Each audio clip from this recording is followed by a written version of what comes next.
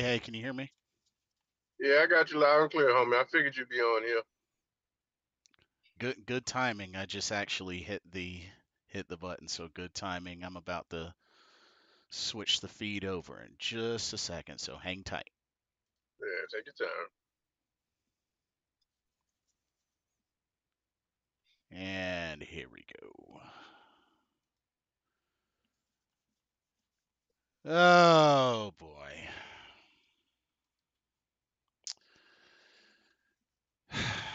What's up, folks?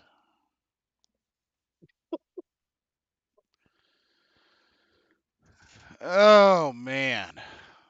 Hmm, man, I don't know Uh what I don't know what I just saw. I'm trying to. You are who we thought you were, to and quote that's the part that's killing me. You need to go ahead and say, go ahead and finish it, brother. Go to ahead and finish it. to quote the late great Dennis Green. Now crown him, because I just don't understand. Now, Jay, help me figure it out. Y'all help me figure it out. We go blow for blow with the Chiefs. We go blow for blow with the Eagles. We go blow for blow with the Bucks. We get dismantled by Cooper Rush, a banged up offensive line, and an undrafted rookie running back. Four turnovers. It to the point that you texted me earlier, bro. It looked like, and I'm not gonna put it all on him, but it looked like week one Bryce Young all over again. Yep. That's what it looked like. Now, the first interception, you cannot force feed that. And we can all say, hindsight is 2020. But if you look at the trip set to the right, Jatavian Sanders was wide open on the outside. Yes, he was. But you're force feeding Thielen. I get it. That's your A1 since day one. But you have to read your outside men. Like you have to know that they know where you're going. Now, well, let me before I can get to that one. The first fumble, you weren't even really touched. The man hit your thigh, and we're driving to score. How do you fumble when nobody really touches you? I honestly thought Bryce tried to do too much. I mean, yeah, he did shake a defender, but I think he should have got down right afterwards where there were three more right in front of him. He tried to do I too agree, much. brother. I 1,000% agree with you. I 1,000% agree. I get it. You're trying to, you're giving your all. That's what I said. I don't fault him for giving great effort. I'm Right. not faulting for that. Get down. Like Yes. we don't need you to be a running back. We don't need you to be a tight end. We don't need you to be a wide receiver.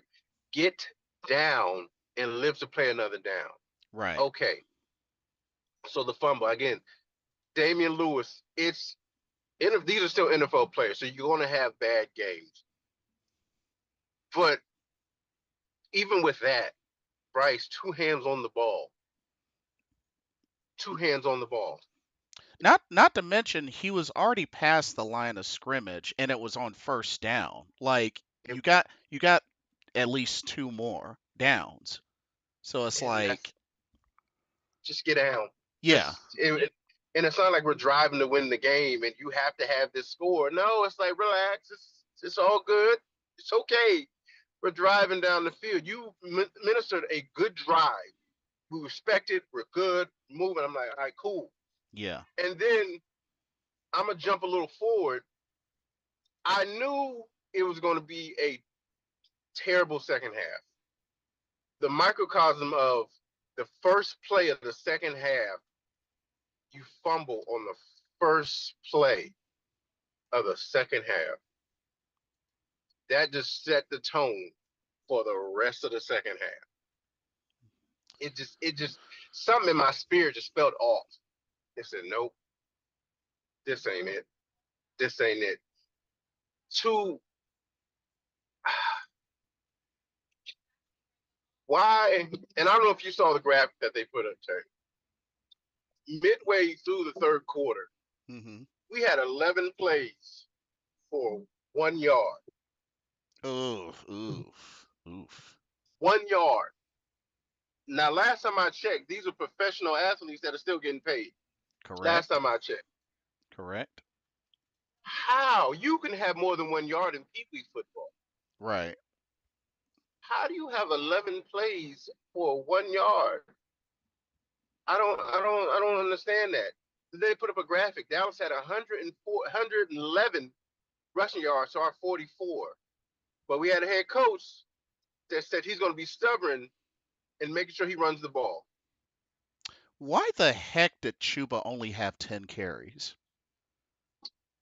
That's you. You're leading into my point, Jay.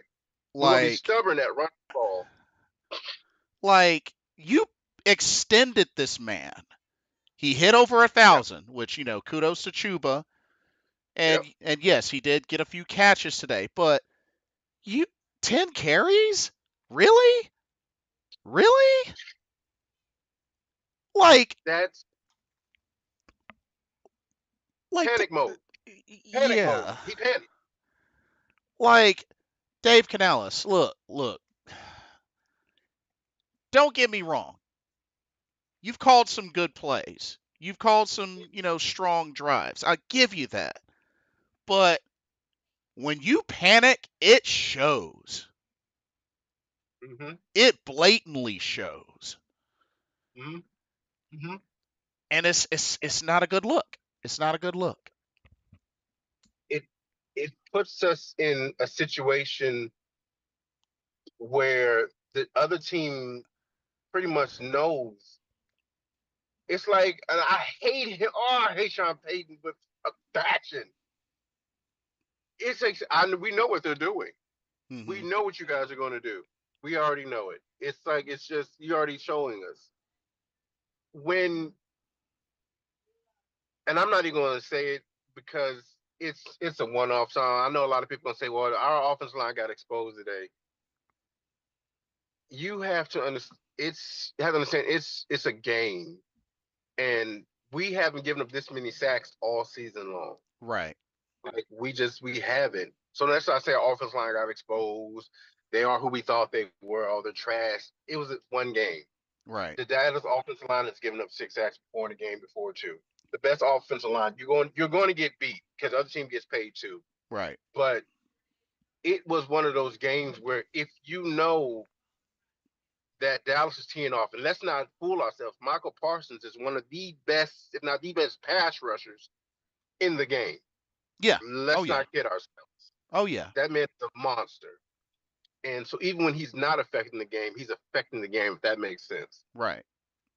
So Icky's going to get beat by him. Taylor Moton is going to get beat by him because that man he gets paid what he gets paid for a reason. He's a beast. We just gave up on the run, in my opinion, too quickly. To your point, we just extended our running back. Feed him. Keep feeding him. And I think as Mike Boone got a couple carries in the first half, and I never saw him again. He got 2. And he gained positive yards on both his carries. What happened? Mr. Defense Coordinator, Mr. Evero, we blitzed like crazy in the first half. I'm like, oh snap, defense looking good.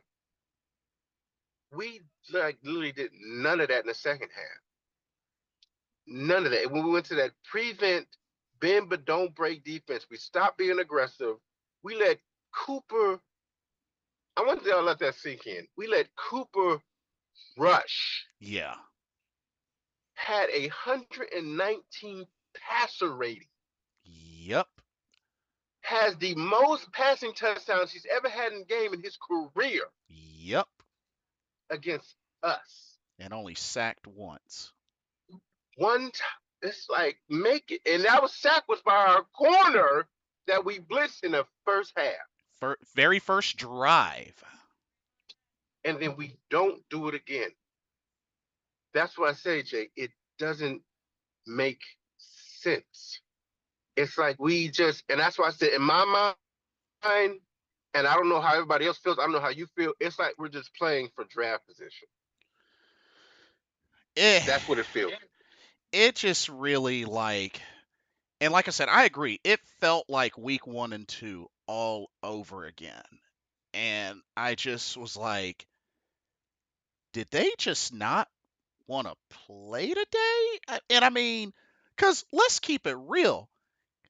Dallas was very vulnerable, especially with Extremely, the season that they've been having. And extremely. then we just now don't get me wrong.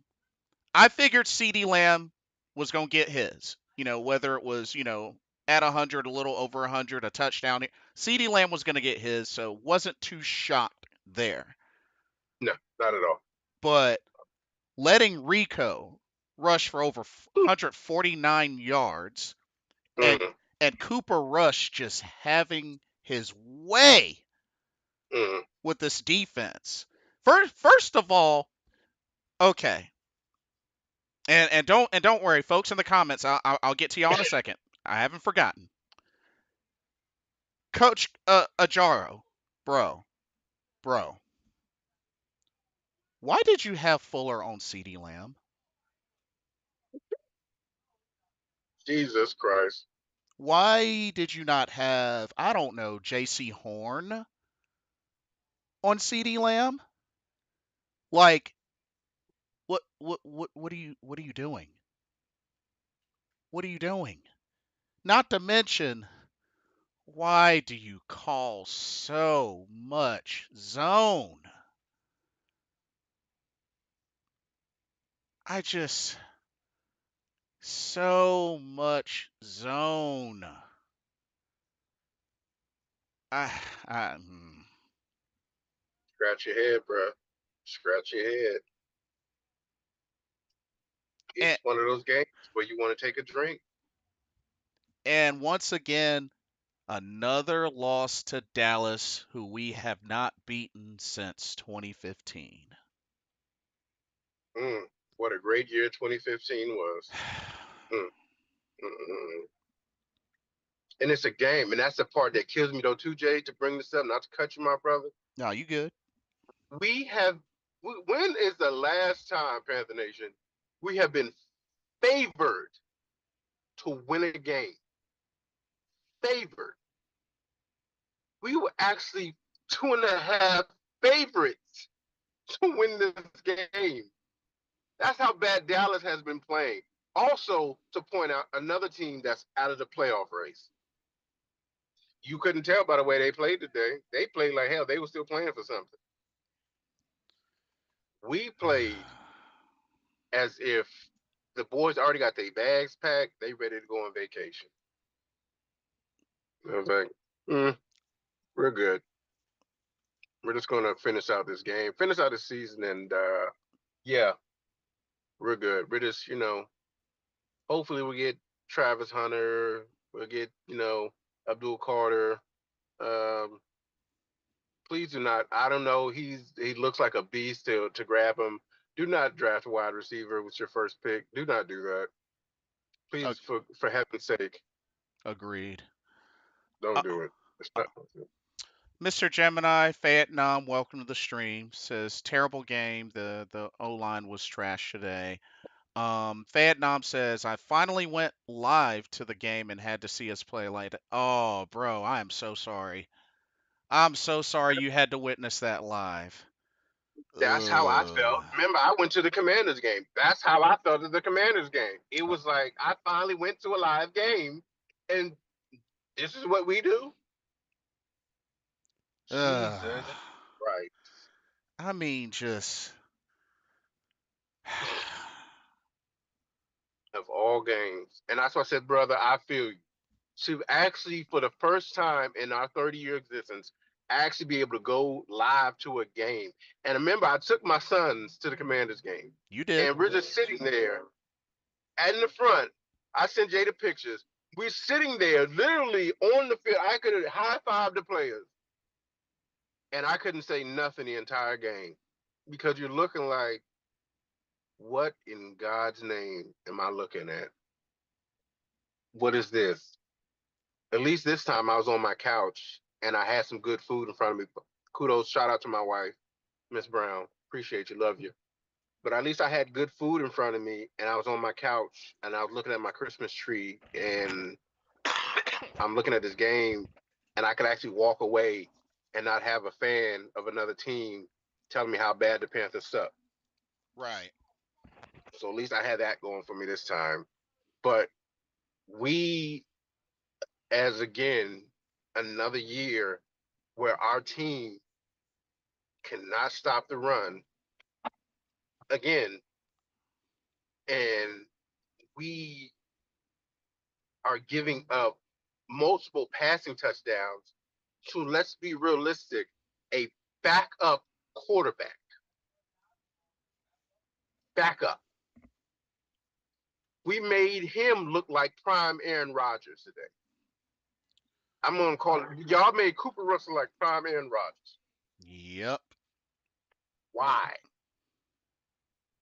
Because lack of. If a team knows you can't stop the run, and if you look at us, every time Dallas ran the ball, our defense tackles were getting pushed 3 or 4 yards back. Yep. Nobody's setting the edge. Linebackers getting caught up in the wash. Nothing was there to prevent Dallas from running the ball. Nothing. It was sickening. Linebacker and what I didn't even know Trevin Wallace wasn't even playing today. Yeah. That's what threw me off. Claude and Chairless was his replacement for today. What I said, what happened to him? Um, if I remember correctly, here, let me pull it up. Because he was dealing with a nagging injury. Let me pull it up because it was very recent. Because he was held out. Shoulder injury. Okay, we'll get back soon because you can see Ray Charles could see. We lack an explosive playmaking. Like with Shaq out, even when Shaq was in, we lack that explosive linebacker in the middle.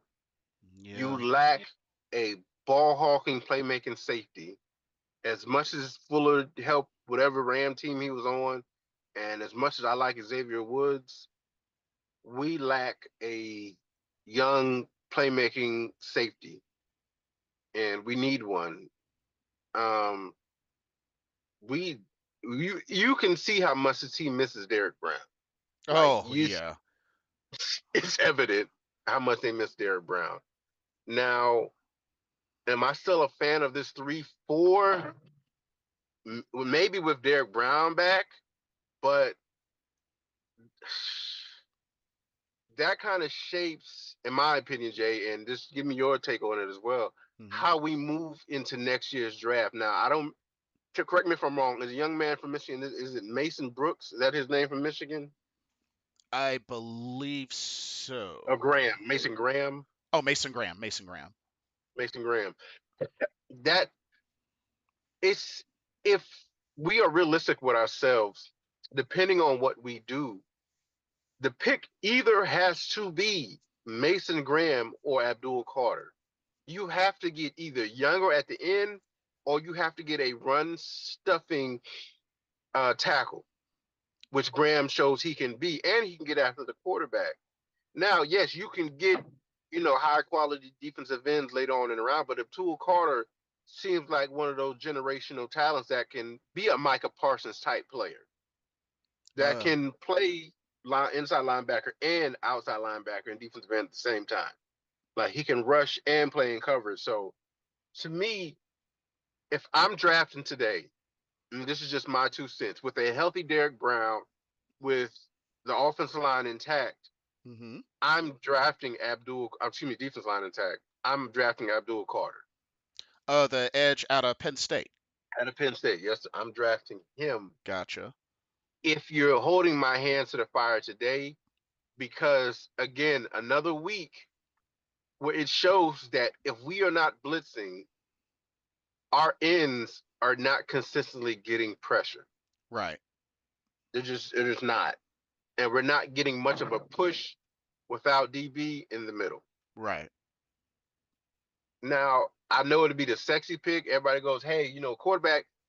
Realistically, quarterback is going 1 and 2. It's going to be Travis Hunter. It's going to be Cam Ward going 1 and 2. Hmm. Not some Travis. Shador Sanders. My bad. Shador Sanders and Cam Ward going 1 and 2. As much as a glorious, we're not in a position to have a pretty pick at most likely we're going to be 3. We're not in a position to do a pretty pick. Yeah, I was thinking we're most likely, if things keep going the way they are, at least in the top five, but possibly in the top three. Top 3, and that's what I'm saying. There's no luxury in doing. We're not in the Travis Hunter, in my opinion, unless you sign a high priced free agent in the off season. But I don't know of any high name defensive tackles that will be available in free agency that we could sign. Like I don't. There's now. I know we're going to have more money next off season. Yes. Um, but I don't know of any name. Now I said we probably got to look this up. It'll be another show for another day. We need help on defense. I would say more than offense. Now, and I hope we don't do this. And I know you've seen the rumors just like I have. Hmm. Overpay for T. Higgins. For heaven's sake, do not overpay for T. Higgins. Definitely don't overpay. I mean, we do need another one or two weapons on offense, but we don't want to get too crazy. Um, No, I was considering the idea if if we can, afford them and still get more of what we needed. Amari Cooper is going to be a free agent next year. I would love to have an Amari Cooper, but it's really going to depend on his asking price. I wouldn't mind Amari Cooper. And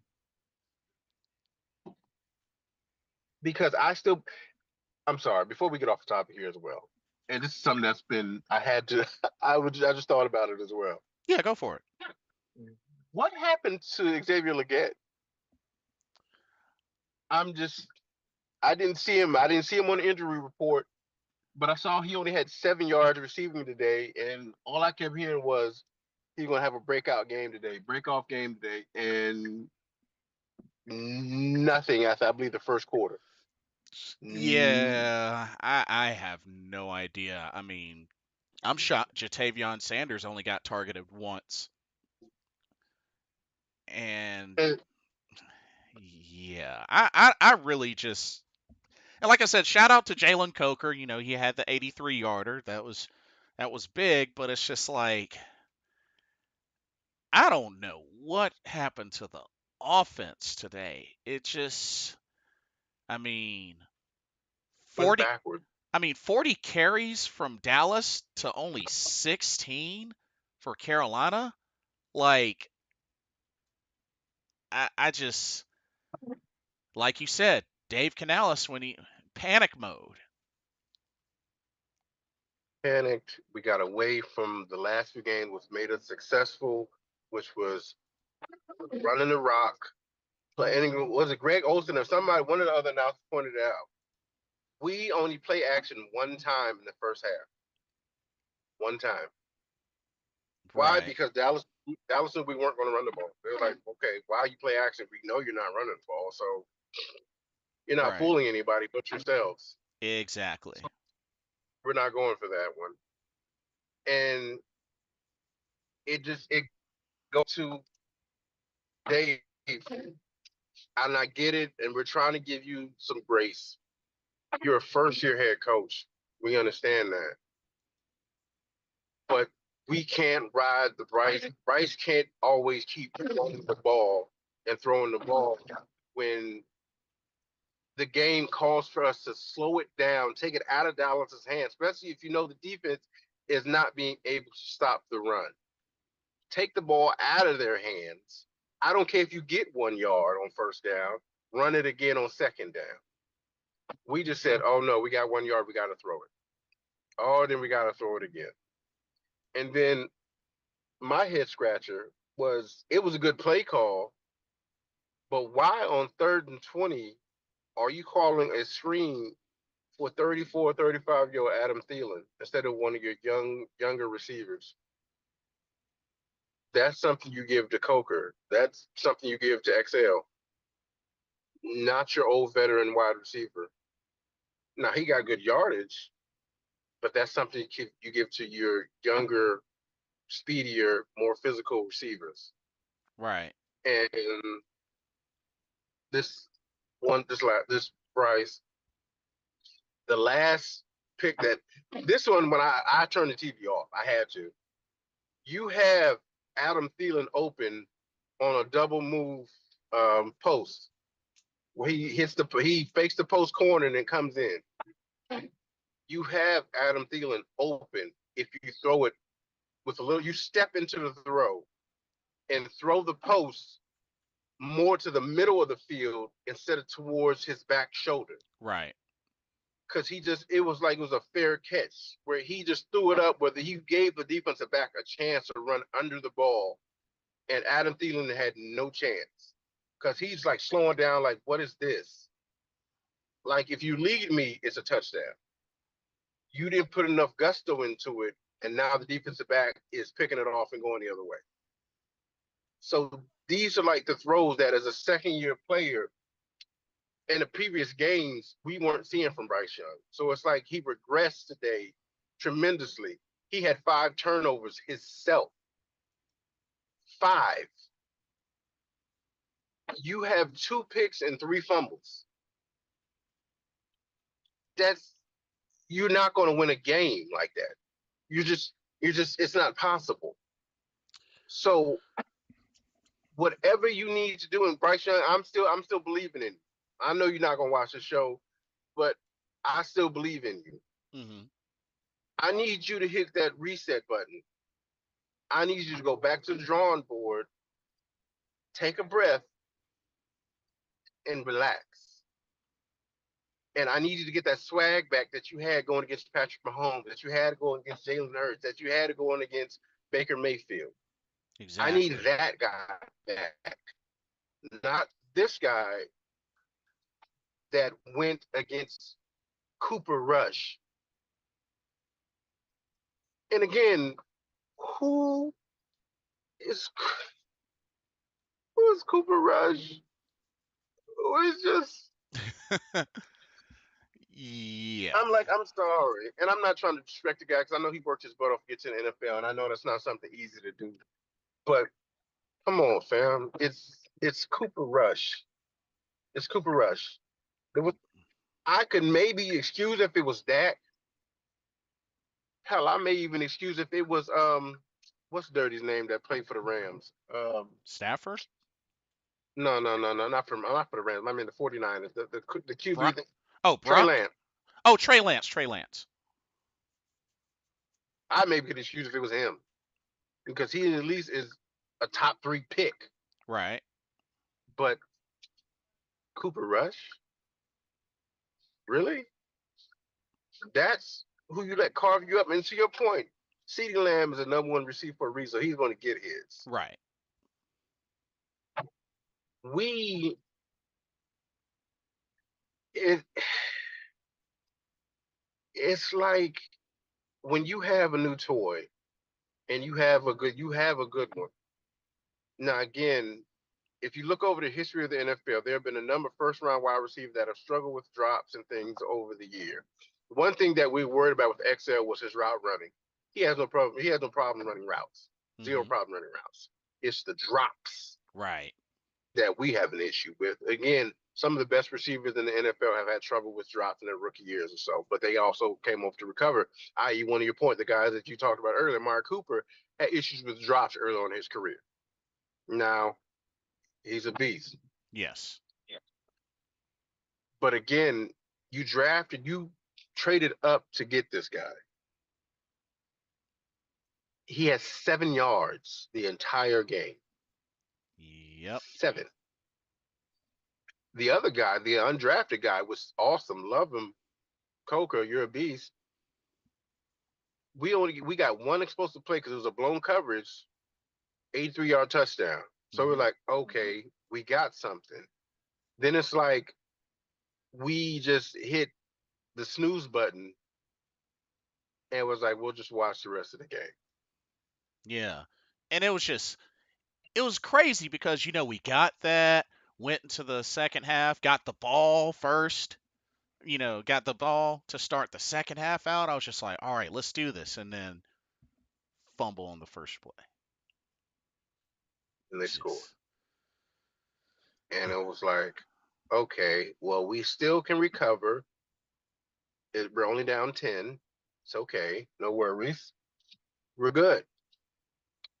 But then you don't do anything until we have to get into scramble mode in the last like 2 minute drill with 6, 7 minutes to go. So now you have to play hurry up because we're playing catch up again, and you get a rushing touchdown by Bryce Young. Okay, cool. All right, we got a little momentum. Defense gets a stop. So we're like, okay, we got something moving here.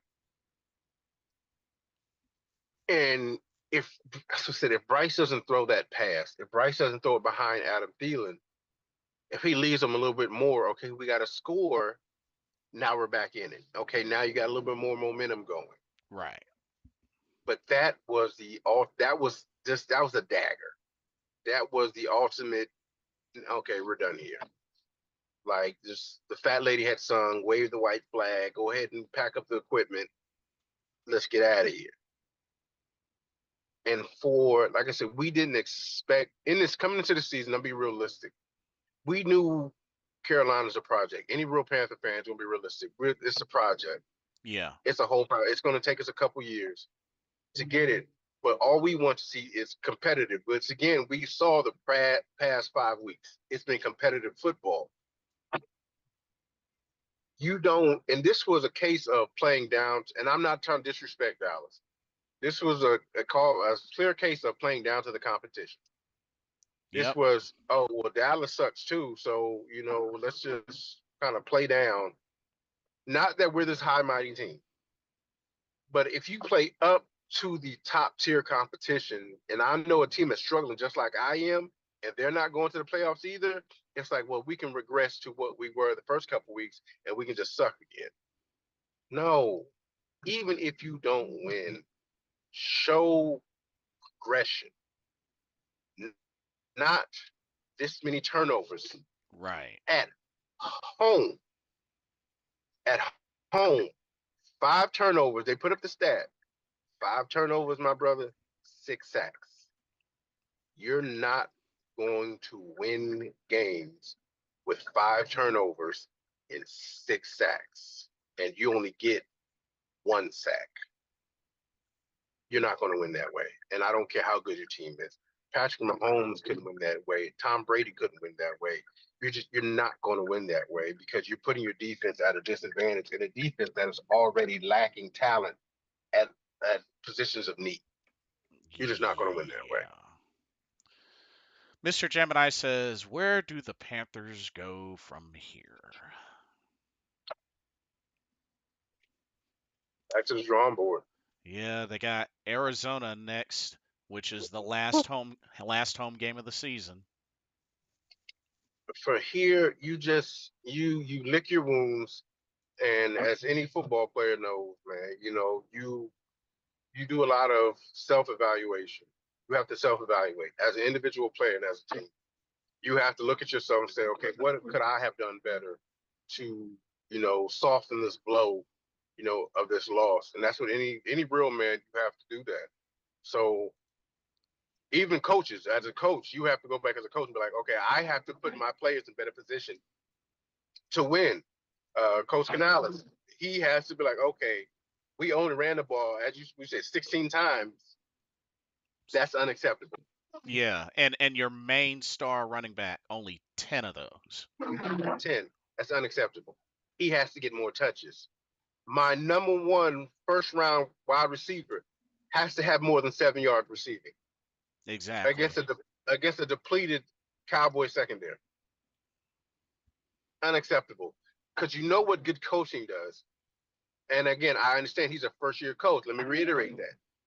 If I know I have a first round wide receiver and I know he's a rookie or not, Hmm. who has talent, I'm going to put him in positions where he can excel.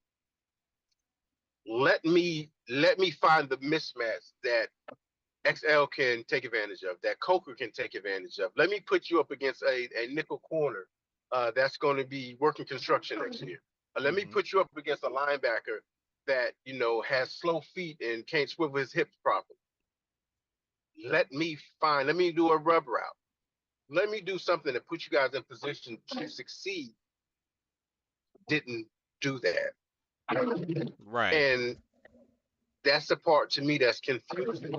Okay, Chuba, I'm gonna throw it to you out of the backfield. All right, cool. That's working a little bit. Let me get you more touches because obviously whoever linebacker is guarding you out of the backfield or nickel, whoever it is not being able to keep up with you. Okay, I gotta take advantage of that. I gotta get you more touches. And it's like Canales was kind of just outsmarting himself in a way. It Interesting. was I see something that's working and I'm going to outthink myself because it's working too well. The opening drive, it was working too well. Hmm. Everything was going smoothly until, of course, the Bryce Young fumble. Right. So he's overthinking himself as a first year head coach and a first year play caller. Instead of going with what works, you're trying to be too cute and fancy with it. Yeah. Try to do I too got to much. pass. You're trying to do too much and it didn't work and it backfired. And we saw the end result of you overthinking a game plan that you had already put in place.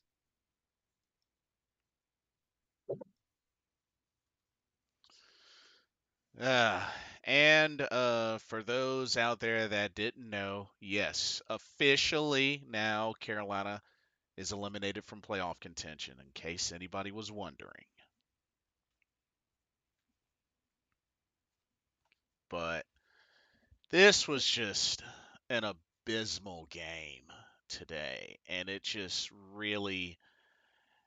And being that we got to play Arizona, which Arizona isn't, the worst of the worst, but it's like it just really says something when, as you mentioned at the beginning, how close we were. I mean, we were within three to the Bucks and to the Chiefs, barely within a touchdown. I think it was a little bit less than a touchdown with the Eagles, Yep, and then we turn around and we play a lose stinker. this badly against the Cowboys, who have been struggling. I mean, it wasn't that long ago that they were on a 5-game losing streak, Not at and all. it's just it's not a good look. It's not a good look for us. We be, Um, we just became the get right game again. That's what we were for Dallas today, the get right game. yeah. Mr. Gemini says we can still make the loser ball. LOL. Yeah. Yeah. We've already stamped our place in that. Seriously. That's already imminent. I said, but and it's sad to say because again, as a fan, you want to keep having hope. Like again, I still have hope for this coaching staff. I Hmm. still have hope for Bryce Young. But it's Same. games like this that make you realize how far we are from really being competitive in this league.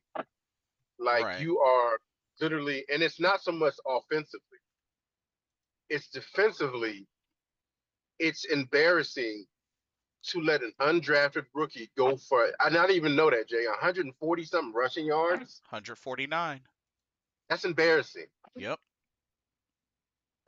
Another undrafted rookie another non-high profile name running back that's just running shot over top. And again, anybody that's played football, running the ball is just a test of manhood. Hmm. It's mano y mano. Either I'm going to drive you into the ground, homeboy, or you're going to stop me. One of the two. It's one of the two. It's who wants it more. And that's as a defensive lineman and as a linebacker, it's gap control. You got to have gap control. And too many times you see our linebackers not in the proper gap. You see him being caught up in the wash, or you see whatever backside contain getting pushed out of the way. Hmm. That's what gives those cutback lanes. You'll see defensive ends, outside linebackers not holding contain. So what happens? You're giving up 3 or 4 yards a pop. And that is consistently, if you're watching the game, that's what happens when you just watch the game, you study the game. So if you're studying the game, you're watching the flow, and you're watching the defensive line get pushed back. You're watching the linebackers just getting washed out of the way. You're watching the safeties just coming up and taking bad angles and arm tackling. Hmm. That is what happens when you arm tackle a grown man, whether he's first round, second round, or undrafted. That man is running for a paycheck. We tackle like we got it made, and we just this is just another game where we like, all right, well, next week we'll get ready for the playoffs, and we don't want to get nobody hurt. Instead of playing like, what, let's just play with some pride like we did the previous week. So this is just it was one of those games, man, where you sit back and you like what happened to the competitive fire on this team? Like what happened to the defense that was first in this category or first in that category? Like where did they go? Yeah. Because See. the fans, yeah, like defense was looking good the past few weeks. We were first in whatever it was, a sack rate or pressure rate, looking good. Now all of a sudden it's like, and then what do we had? 5 sacks against the Chiefs. Yep. So you can sack Patrick Mahomes 5 times, but you can only hit Cooper Rush once. Yeah. And you can't tell me that the Cowboys line is better than the Chiefs offensive line. Exactly. Damien, welcome to the stream. Says this is the last time I'm picking a Panthers to win a game. I thought Dallas would be an easy game for y'all. We thought so too. Sure. We thought so too. Like Hey, especially with us being favored to win and Dallas being vulnerable. Like because they were pretty banged up. I mean, no Trayvon Diggs, no Overshown, no Dak. I mean, they were pretty banged up, and still, I mean, took us to the woodshed. just You're playing. beat the You're brakes playing with off of us. you're playing with a makeshift. Dallas played with a makeshift offensive line. I want y'all to let that sink in. A makeshift offensive line. They weren't playing, and even throughout the game, the offensive line got hurt. They weren't playing with their original left tackle. They weren't playing with their original right guard. And then throughout the course of the game, I believe it was the left or right guard got hurt. And so they had to put another offensive lineman in there. And it's like they didn't miss a beat. They didn't miss a beat. And we Yeah, still couldn't stop the run. it's crazy. It's really Like, crazy. let that sink in. Let that sink in. They played with backups on the offensive line. And we had all of our starters on the front except for one player, Mr. Derek Brown. Hmm. And we still couldn't stop the run. Nope. That that makes no sense. That just tells teams, and of course, teams have already known that over the years, which is sad. All you got to do is run at Carolina. That's all you got to do. Just run at them. Yeah, like any team, just run at us. And I don't care who your running back is, just run at him. He'll get over 100 yards easily. Don't worry about nothing else. They can't stop anybody. So just run at him. You'll be good. Damien says this would have been a great game for Bryce to shut up the doubters too.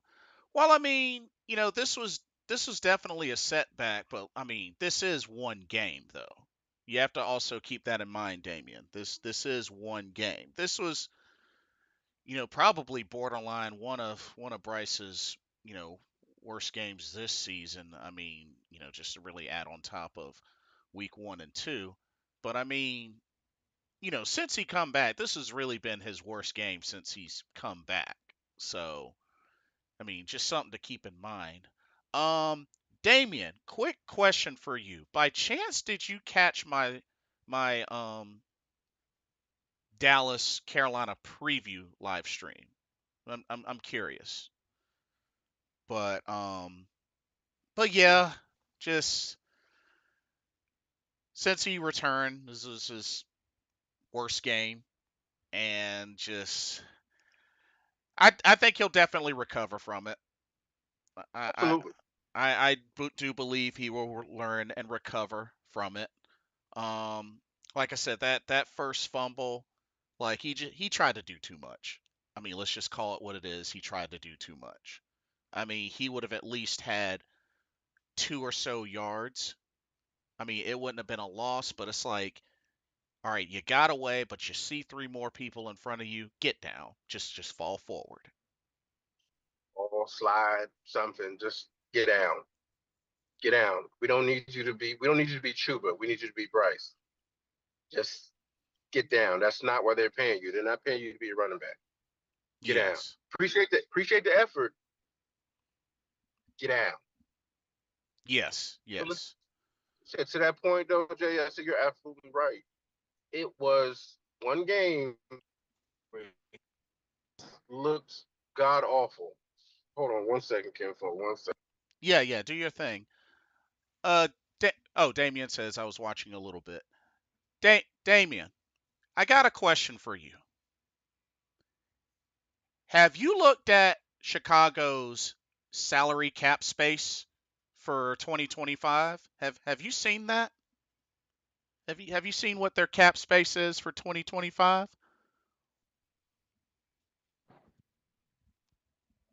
Hmm. I'm curious. I'm curious if Damien has seen Chicago's cap space for next year, 2025. Do they even have any cap space? Do they have any? You're. I'm gonna wow you with this. I'm just waiting on his response. I'm just waiting on his response, but it's gonna wow you. But I will say this: New England is gonna have crazy cap space next year, 132 million. That's why they're going to overpay for T. Higgins. But hey, at least they're not the Saints. Have you seen the Saints? Oh, they're in a negative. Negative 78 million. Mm, mm, mm, mm. Yeah, And for what? For dude, why? it's gonna be crazy. Like the amount of cuts they're gonna have to make in order to break even. Like minus 78 million. Mm. Like what? Like how does that even happen? Like who? How, I mean, I get the whole, every now and then, you may see bank account and you're like minus like $5 because, you had just insufficient funds or whatnot. But dang, minus 78 million. Jeez.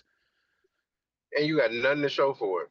Nothing. You have nothing to show for it.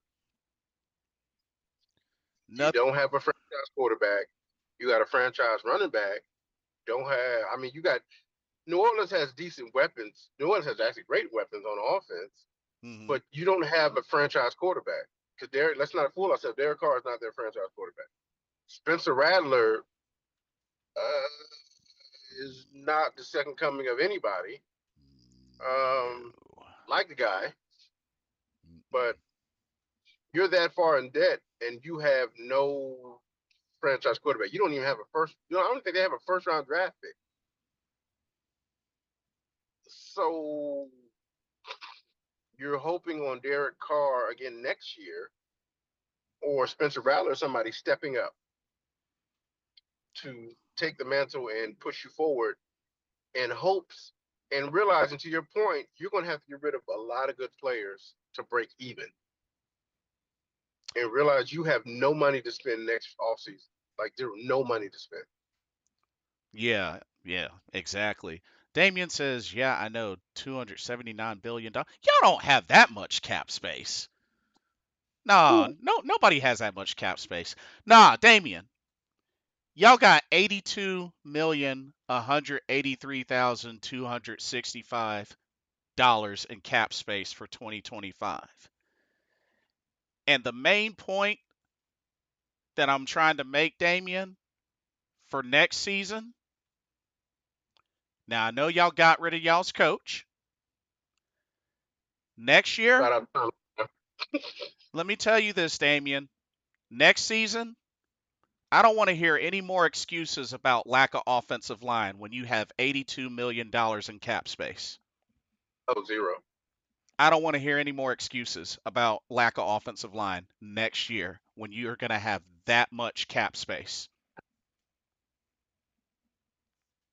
Love you, Damien, but next season, I don't want to hear no our offensive line suck. I don't want to hear it because y'all should have taken care of it with that $82 million in cap space.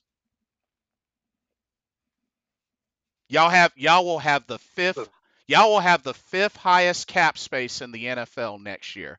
I don't want to hear no more excuses about no lack of offensive line.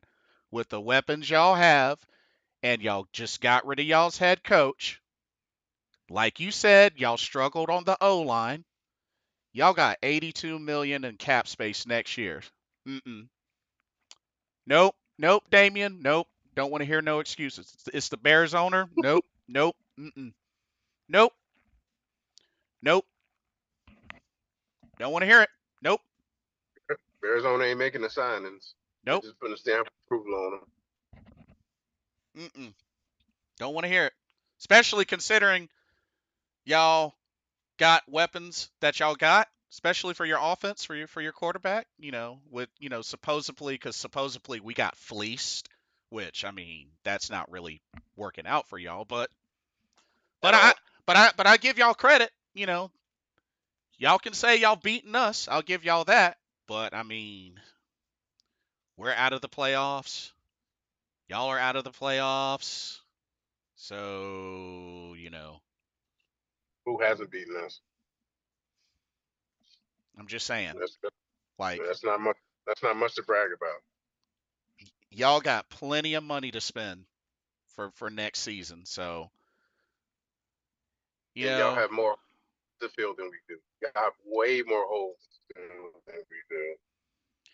and I can understand, injuries happen. I'm not, taking anything away from that and trades and this, that, and the other. And there's no telling what next year will bring, but lack of O line or not getting O line or whatnot should not be an excuse next season when you have 82 million in cap space. That should not be an excuse. Plain and simple as that. And Say it. the only reason why I say that, Damien, and don't get me wrong, I know you've been really cool about a lot of this, especially compared to a lot of other lame brain Bears fans. Like I said, you're not in that category.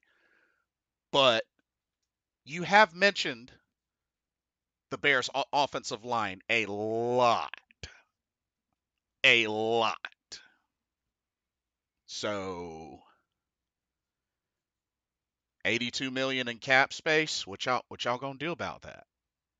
What y'all gonna do? You can't say that you can't fix it. You can't say that you don't have the money to fix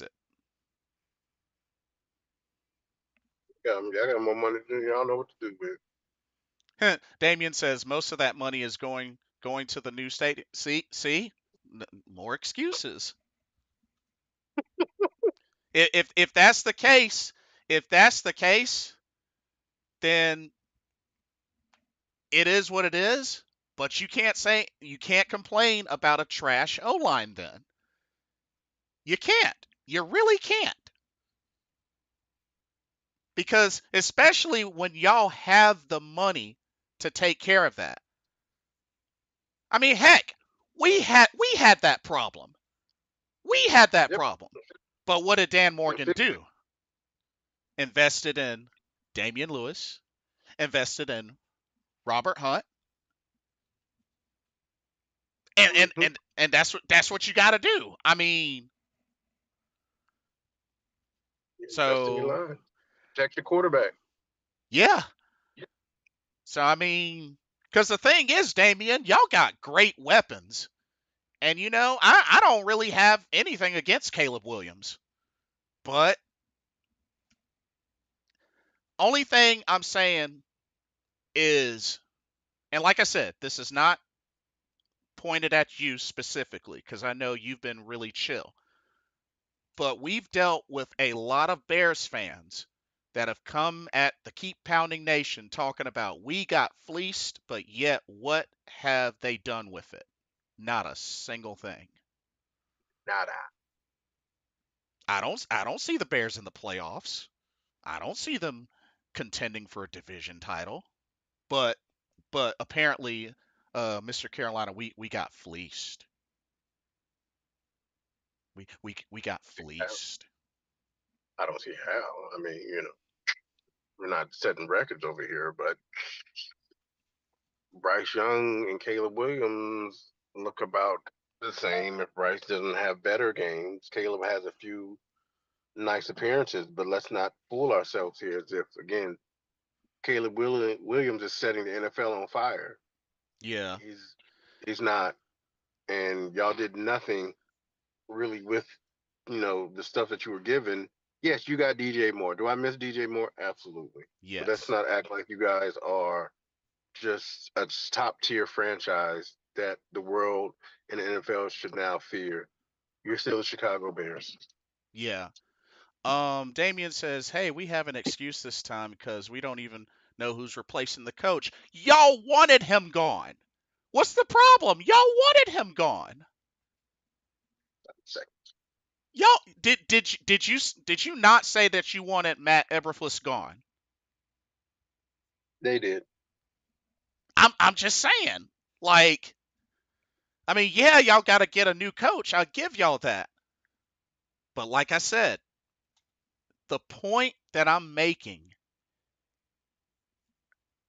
you talked a lot about lack of offensive line, weak offensive line. In 2025, that should not be a problem because you have the money. Plain and simple as that. There's no ifs, ands, or buts about it, bro. It should not be an excuse when you have the you're in the top 5 in 2025 of available cap space for your team. There should be no excuse for another season on lack of offensive line. Plain and simple as that. End of story. It is what it is, but it should not be an excuse. Like I said, I understand the season is almost over, you know, out of playoff contention. I get that. It is what it is. If y'all got to play for a draft pick, do what y'all got to do. But next season should be no excuse for y'all. There should be no more excuses for y'all. Period. I'm just saying. Uh, Damien says, I wanted him gone, but this is the Bears. Remember, we haven't had a good coach since Lovey Smith and Ditka. Y'all had Matt Nagy, who won a Coach of the Year with y'all and took y'all to the playoffs. I beg to differ. That part. I beg to differ, Damien. Which wasn't that long ago. Come on now. Come on now. It was not that long ago that y'all had Matt Nagy, who won Coach of the Year and took y'all to the playoffs. Do I need to bring it back up again? Do I need to bring it back up again? I'm just saying. And y'all downgraded. When y'all got rid of him, y'all downgraded. I'm just saying. Because I mean, you said the same thing about Mitch Trubisky, but yet he got a Pro Bowl with y'all. He got a Pro Bowl with y'all. Not to mention, let's keep it real. The Chicago Bears haven't really had a tremendous history with any sort of record-setting quarterbacks, but Mitch Trubisky was one. Do we really want to go there again, Damien? Do we really want to go there?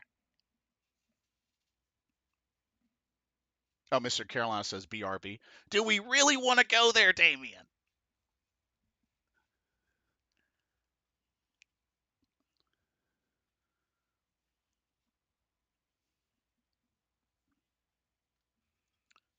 Damien says he took us to the wild card twice at least. At least Lovey and Ditka took us to the Super Bowl. Bro, this the NFL. You make it sound like it's easy to get to the playoffs. Is that what you're saying? That it's easy to get to the playoffs? Is that what you're saying, Damien?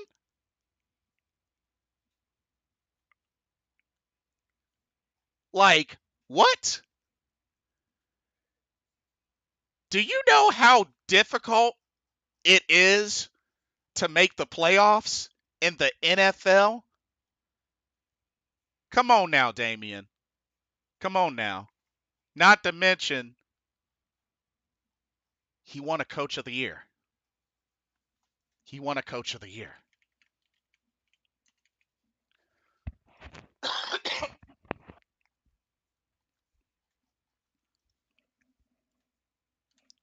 guess who guess who else won a coach of the year? Lovey Smith. Guess who also won a coach of the year? Actually, two. Mike Ditka. Do you see a trend here, Damien? You're talking about coaches that have all won coach of the years that have made it to the playoffs. And yet you're complaining about Matt Nagy, despite getting rid of him and downgrading to Matt Eberflus that has done nothing for y'all. I don't get the logic, Damien. I don't get the logic. You say, I know it's difficult to get to the Super Bowl. Bro, it's difficult to get a playoff spot. Super Bowl is the next highest level of difficulty because come playoff time, it's win or go home. But it's difficult to make the playoffs in the NFL.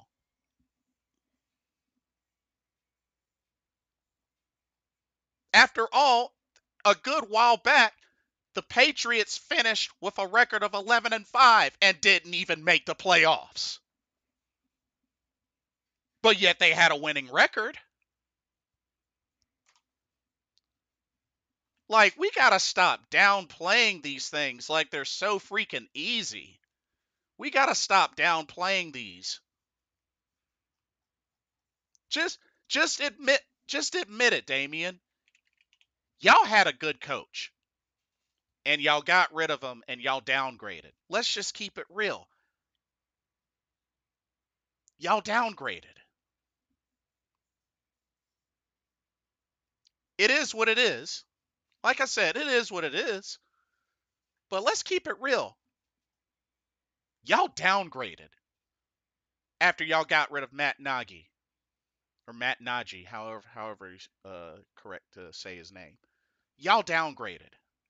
Not to mention won a coach of the year with y'all.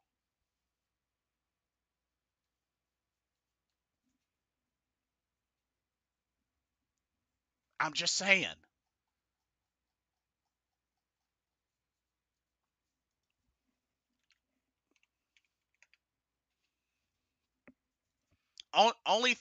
The only point that I'm trying to make, Damien, is I don't think you realize how good y'all had it at some of these points with some of the staff and players.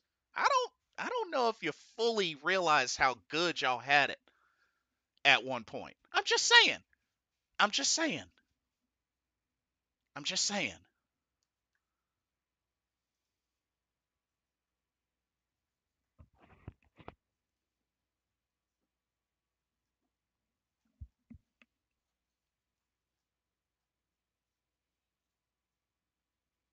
Cause like,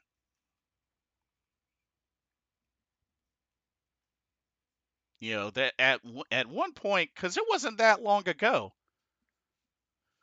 that y'all are even in the playoffs. And I'm hey, I don't mind giving y'all's flowers. Hey, that's no problem. But to say that Matt Nagy was a terrible coach for y'all is just not factually true. Because the record and stats say otherwise. Not to mention, y'all downgraded. Y'all downgraded. Just saying. Won a coach of the year with y'all in 2018. I'm just saying. I know and understand the feeling because we went through it. We downgraded. I get it. It is what it is, but I get it.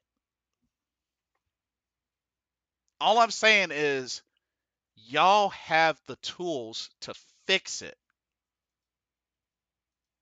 Y'all have been doing well in some of the additions that y'all have had, but it's like year after year, how's it gonna be? Welcome back. They appreciate you. But yeah, just y'all had Matt Nagy, who won a coach of the year with y'all in 2018, and then y'all eventually downgraded. I mean, it is what it is, but I'm just saying. Not to mention, Mitch Trubisky got a Pro Bowl with y'all. Had some of his best years with y'all. Just saying. And the whole thing with him, a backup to Buffalo, well, duh, of course he's going to be a backup to Josh Allen. Like, come on now. It's Josh Allen. So, but like I said, Damian, Chicago, y'all better get on that next year. Fix that O line. You got the money for it. No excuses. Zero. Oh man. But yeah, we got Arizona next, which, well, at one point Arizona was on a 4-game win streak, but then all of a sudden they're now on a 3-game losing streak, and they're about to play the Patriots. But this our Uh, last home game of the season, bro. If we lose this last home game of the season, it's as that's like it's I won't say it's like a homecoming game. It's certain games you don't want to lose. You don't right, want to lose homecoming because you schedule at homecoming games. You always schedule somebody you can beat. right. The last game of the season, excuse me, last home game. You understand this is the last time I'm going to play in front of close family and friends that can actually come to my game, especially if you're from that area. Hmm. Like my family can come to the game. They're here. I gotta play good. I gotta put on a good product because this is the last time my home fans, the ones that aren't able to travel to our away games, can come see us in person. So you have to put on a good display. Like you have to leave a good taste in the fan's mouth. You do not want to go out there and do what you did today. Right. Please, for heaven's sake, Dave Canales, Zero Evero, please, as a 30-year Panther fan, please do not do what you did today. I get it. You're going to have, and let's be realistic here. Mm-hmm. You, Carolina is going to have their hands full with Kyler Murray if he decides to scramble. Yep. It happened the last time we played them. Just keep it a buck 50 because we don't have a linebacker that can shadow him. You want to know why? Because the two people that could have possibly shadowed him are playing up in DC. Oh yeah. This is true. And to somebody's point that I was talking to on Bleacher Report, you mean to tell me that we couldn't have found room for Jeremy Chin in front of Xavier Woods or Jordan Fuller on this defense? We couldn't have found room for Jeremy Chin on this defense. Crazy. That explosive, hard thumping hitting safety that we need. Now, granted, he had his issues in coverage, Mm-hmm. but he was that playmaking, hard hitting safety that we are lacking. Mm-hmm. So, Mr. Evero, you couldn't have found more packages for him to get him on the field? Because no disrespect to Mr. Fuller or Mr. Woods, that ain't it. That ain't it, my guy. You Definitely not it. need you need playmakers on offense and defense. And Right. right now, good buddy, we are lacking that on the defensive side of the ball. Like you're lacking that guy realistically. Besides, I can maybe like when Derek gets back, but that's not a playmaker. That's a defensive tackle. JC can be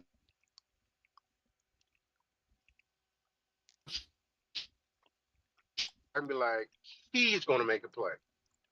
That guy is going to do something.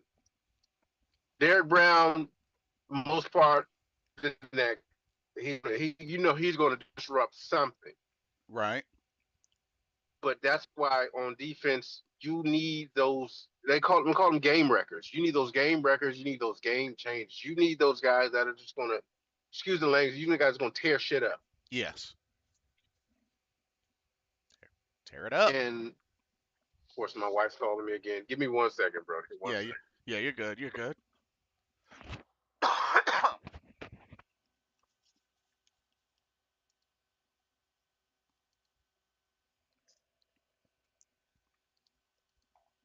But nah, like seriously.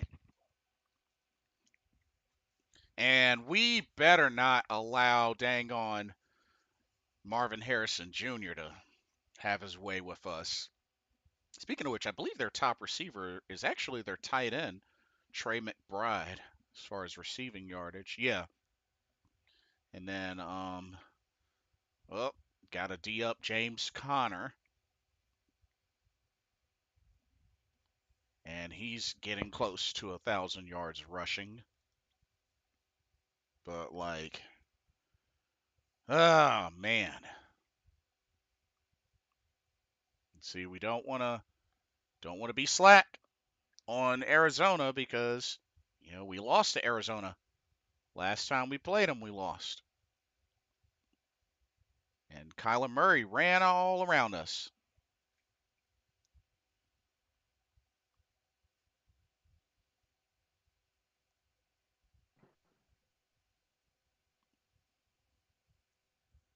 So hopefully we get that fixed.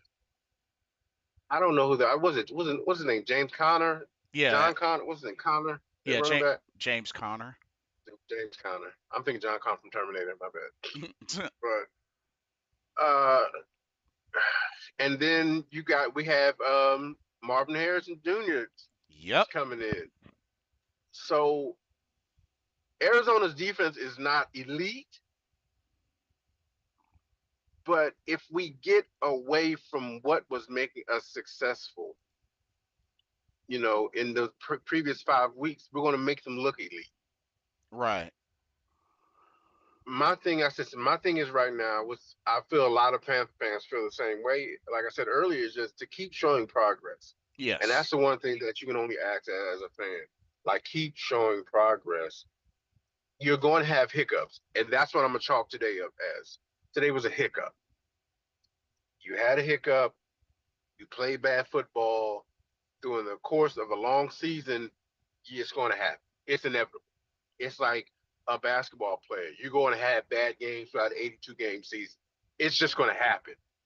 Jordan had it. Kobe had it. LeBron had it. You have bad games. Let this be the bad game that you got to slap yourself, hit some smelling sauce under your nose, like, all right, wake up. Yeah. Yes, you're not playing for nothing, but you're playing for pride. Even anybody that puts on that helmet and shoulder pads, at the end of the day, you're playing for pride. Because Exactly. at the end of the day, you yes, you're playing for the name on the front of your jersey, but you're also playing for the name on the back of your jersey. And that has to mean something as a football player. You just don't be one of the players that I'm collecting a check, so I'm all good. No. At the end of the day, you have to show progression because there's no guarantee that you're going to be on the roster next year. Right. There's no guarantee. As you see from a lot of first round quarterbacks, first round players, hey, you may be here this first season, but you know what? We're not feeling you fitting into the scheme next season. Mhm. So you got to go. I was shocked, honestly, to see. I know he hasn't played much, but I was honestly shocked to see Jamie Robinson cut. He didn't really do much, but I thought he was, he showed some type of promise.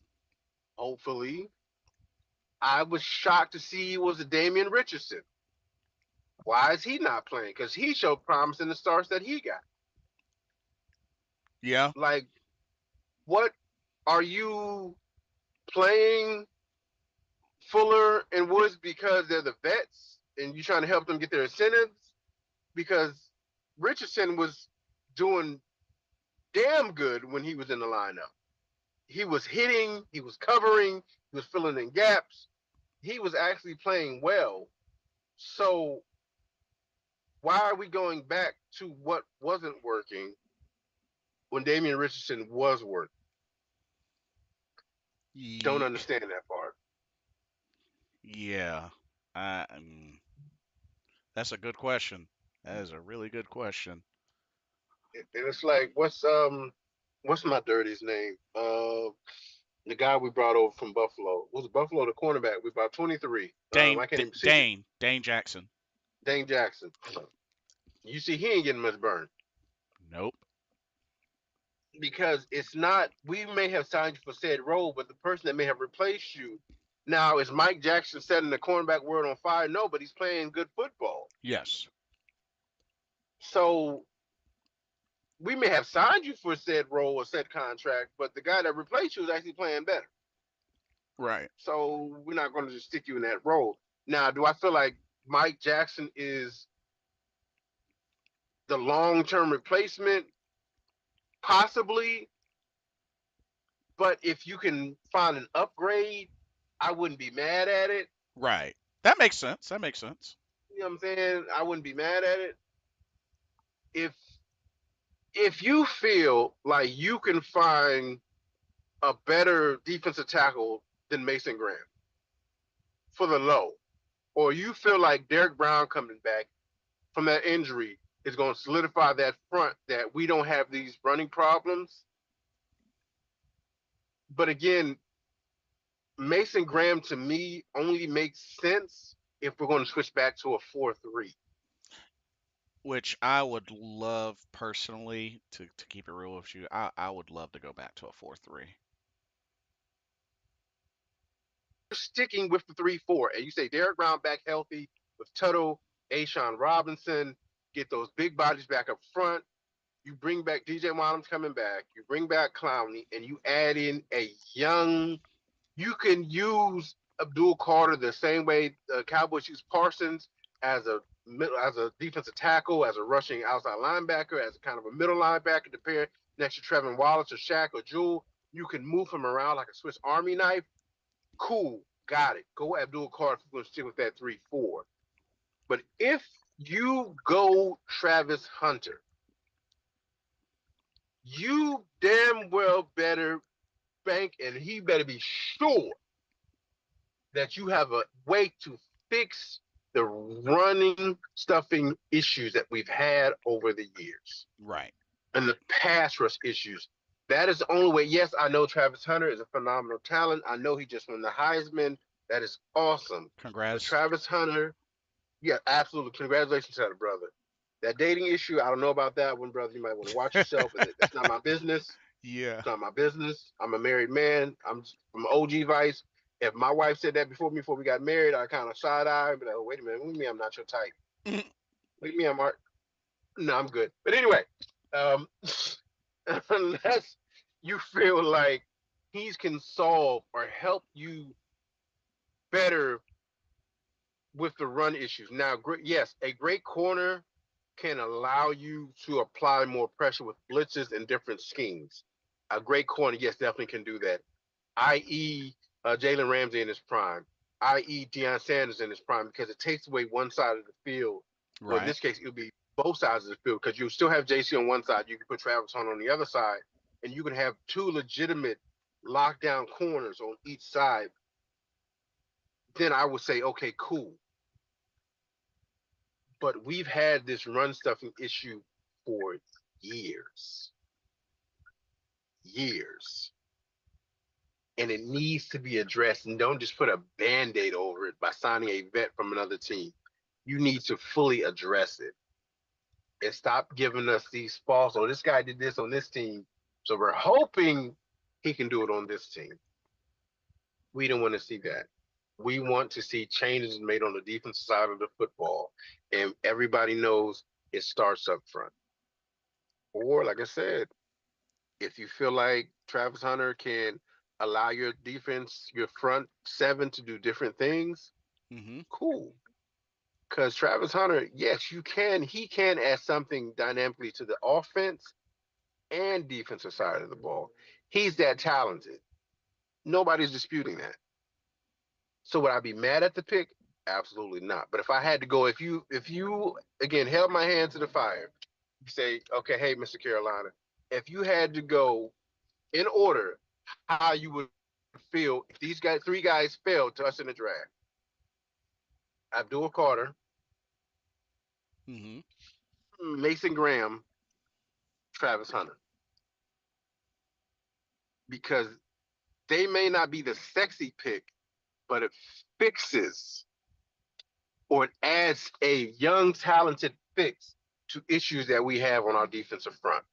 And if it's Abdul Carter, linebacking core. Because again, he can play that linebacking role where he can get play in coverage and he can rush from the inside and outside. So True. it's just a different dynamic that this team desperately needs. Let Bryce Young continue to grow. Yes, bring in. I'm not even gonna say you can bring in competition if you want to, but just bring in somebody that can help him push himself. Bring in. You want to bring back Andy Dalton? Cool, because they seem to have a good relationship. But bring in somebody that's going to challenge Bryce Young uh, in the off season and make him, what I mean, make the quarterback room because everybody thrives in the competition. And I think for me and honestly, that's what he needs. Yeah. It'll definitely help, and it'll help light a fire under him as well. So I definitely agree that it may even be necessary. Super Trebo, welcome to the stream. He says, "Sup guys? As soon as I saw Carolina was favorite this week, I knew it was going to be a big letdown. Knew it. Last time Panthers won NFC South, I was just turning 30. I'm 40. You know, Super Trebo, I gotta keep it a buck with you, bro. Ever since I've known you, I don't think I've ever seen you predict Carolina to win a game. I mean, just being honest, I don't think I've ever seen you pick Carolina to win a game since I've known you, and it's been a couple of years, bro. Just saying, just saying. But uh,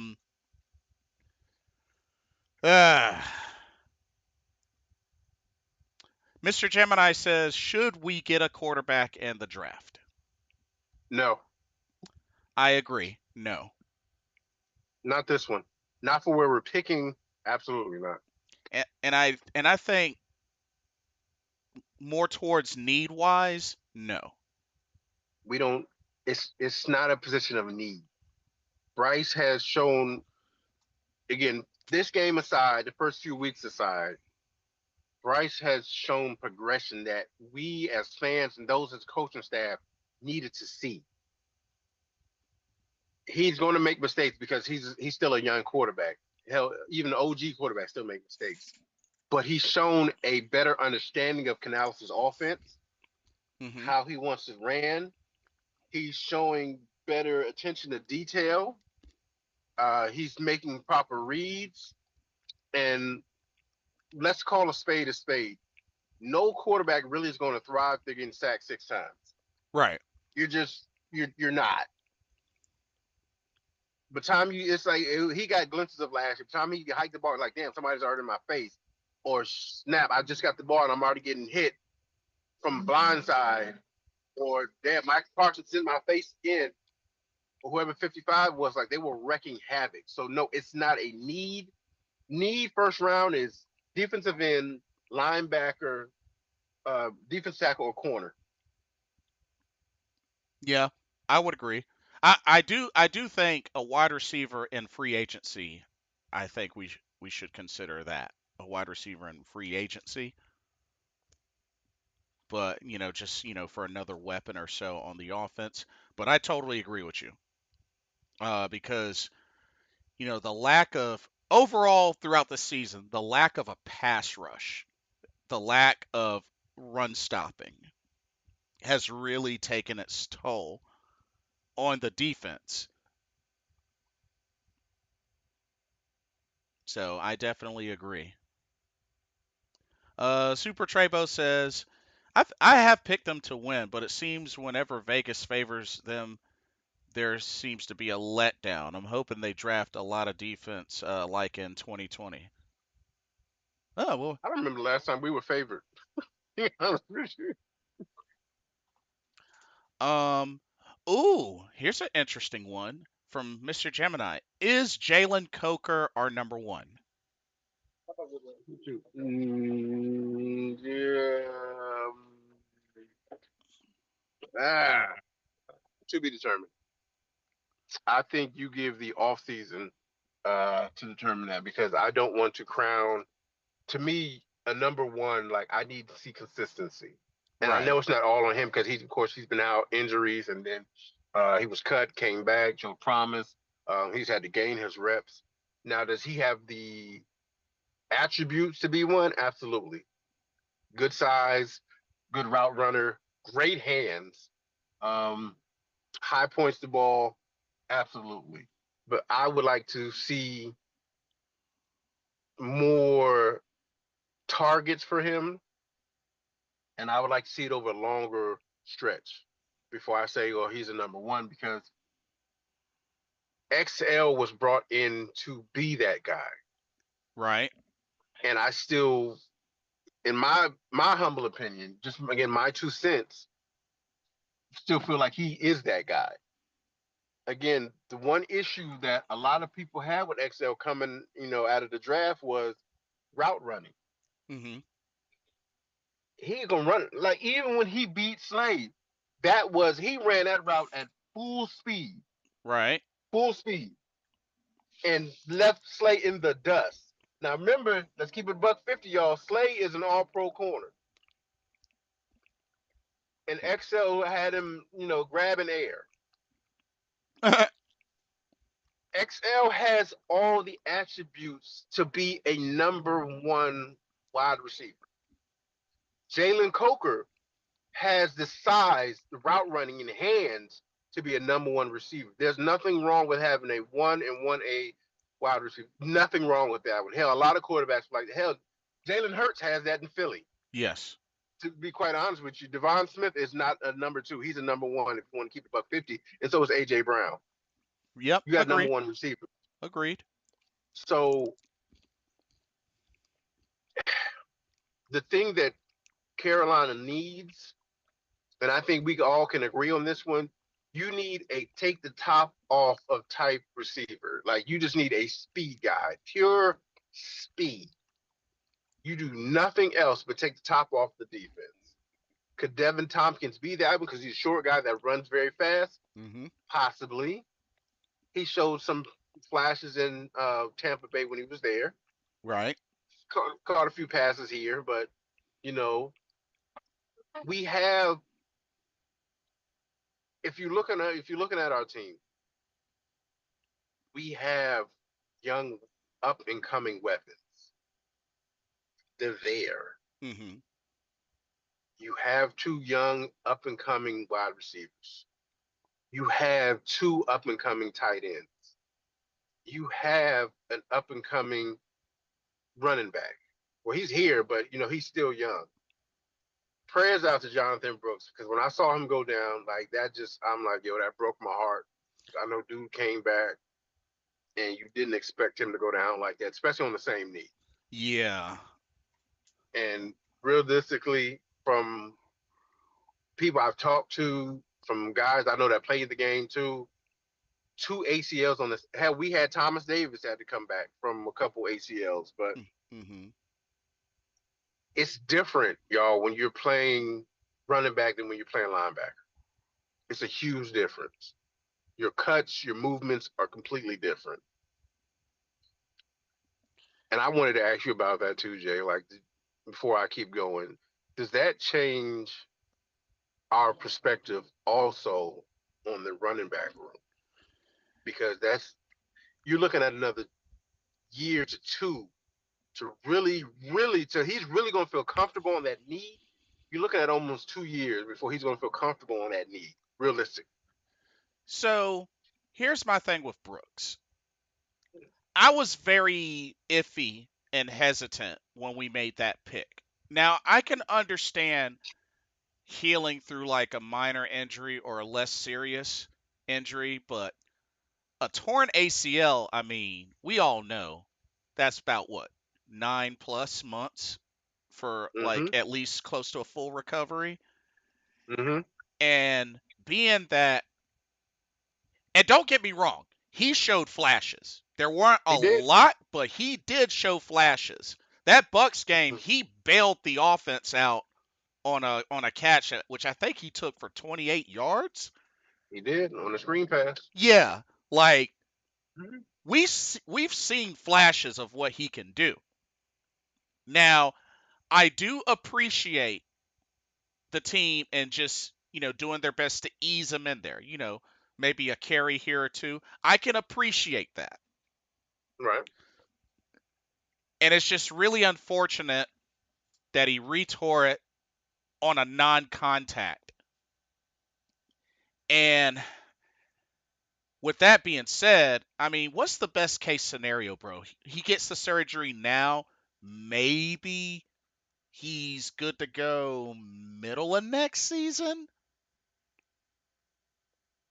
I wouldn't even give him middle of next season. You I wouldn't even wouldn't give even him give that? him that. Mm. I wouldn't even give him that. It's you're looking at a full year of just rehab, and that's no physical anything. Just rehab. So pretty much borderline to like shut him down for the whole next season. Shut him down all next season, and then maybe the next season because it was we wanted to see what he looked like, Right. and we got a little glimpse Right. of what the offense would look like with him and Chuba in the game at the same time. Right. We got a little glimpse, and I'm not gonna say we rushed him back too soon because they took their time with him, Yeah. but I could have gone, and I say this in the nice way possible. I could have gone without seeing him this year and been okay. I see. I would have been okay because knowing what we have in Chuba, you could have just said, you know what, Jay, we know you're working hard. We want to make sure that knee is fully, fully, fully healthy before we put you back out on this field. Because it's not like we were lacking for a running back. Mm-hmm. Chuba's doing his daggone thing. Right. Even with Miles Sanders not really doing much or getting many touches, Right. Chuba was doing what he was supposed to do. He's doing what a RB1's supposed to Right. do. You could have brought in Jonathan Brooks and say, you know what, take the whole offseason, take all of, you know what I mean, take all of the year, just rehab it, just, be here with the team, just take mental reps, just understand, we got you, your spot's reserved, you're good. Yeah. You and Chuba are the 1-2 punch of the future. Again, hindsight is 2020. Mm-hmm. It's good to say what we could have, should have done. Again, I'm wishing the young man a speedy recovery, Mm-hmm. but realistically, for that position,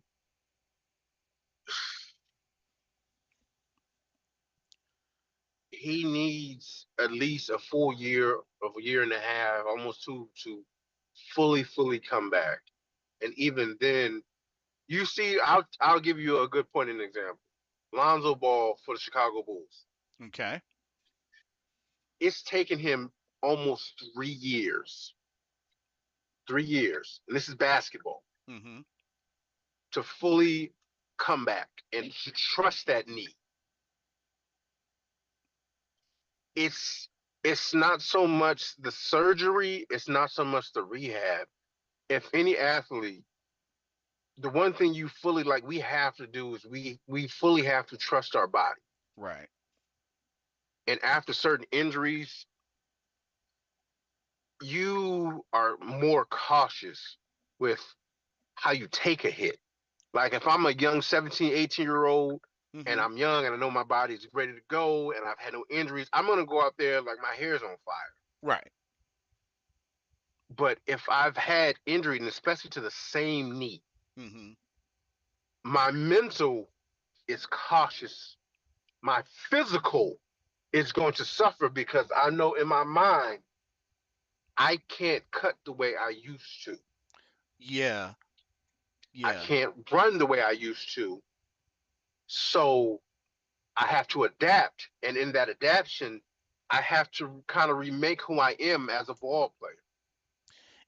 And it's very on point that you say that, because you know who it also kind of reminds me of, and it broke my heart when he had to Mm-hmm. call it an early career. Do you remember Brandon Roy? Absolutely. Portland Trailblazers. Yeah, Mm-hmm. excellent shooter and became quite a slasher as well, but then Mm-hmm. knees. Like something after that first like serious knee injury he had, like he just was not the same. Mm-mm. Yeah, And your body because doesn't react the same. Try to cut you. Go ahead. yeah, because you remember he was, I believe he was the '06 Rookie of the Year, so He was. he showed a lot of promise. He 'Cause- did. but like once his knees were just God, deteriorating, because if I remember correctly, he had the injury and then apparently he had he was diagnosed with some sort of like knee condition.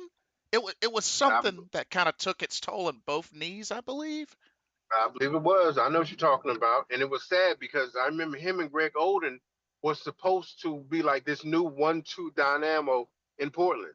Him and Yeah, Greg Oden were supposed to take the NBA by storm. And then Greg Oden had knee problems.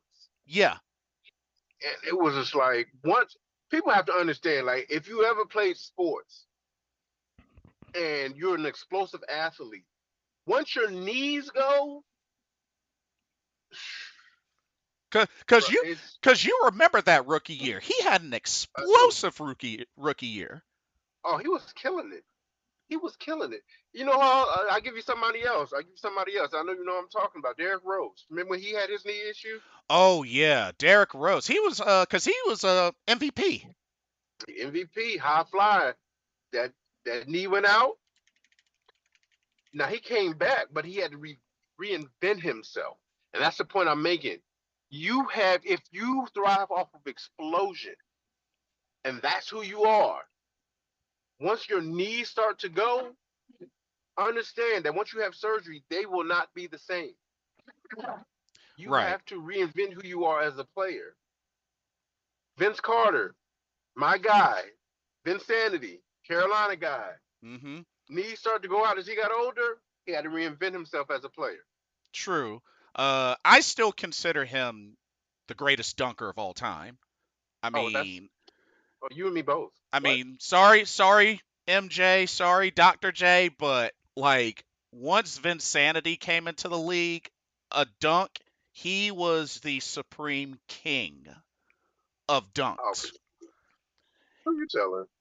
Like, Dude, and the mo- my brother was all over him because my brother's a UNC fan, but me too. like I won't ever forget like that dunk contest, that spinning windmill.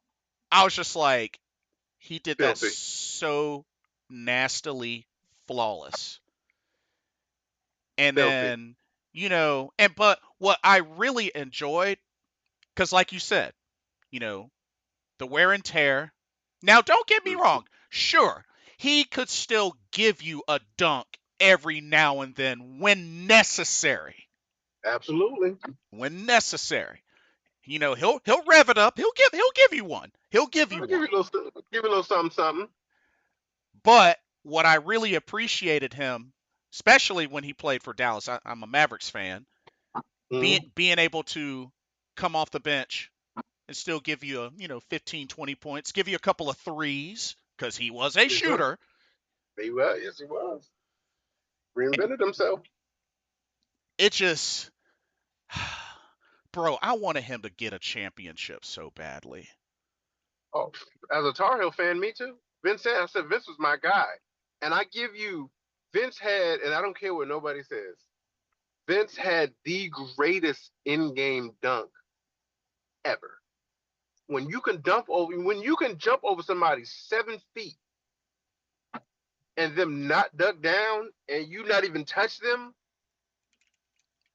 and he Yeah. still was going up as he dunked over top of him, and you got grown men losing their mind as if these are not phenomenal athletes too.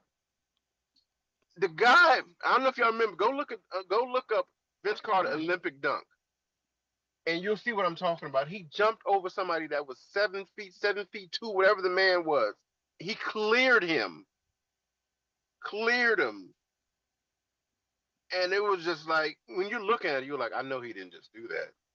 Yes, he did. Yes, he Yes, he did. did. And you can watch it over and over again. But to that point, uh, Mr. Brooks, Jonathan Brooks, young brother, I'm hoping that you take the time to fully rehab your knee. I'm hoping Carolina allots you that time to do that one, that they don't rush you back, because realistically, at the end of the day, I'd rather you healthy than rushing you back and hurting yourself further. Um, give, I would say, get a vet in the off season to, because realistically, um, Miles Sanders is gone. He's gone after this season. Mm, There's no reason to bring him back.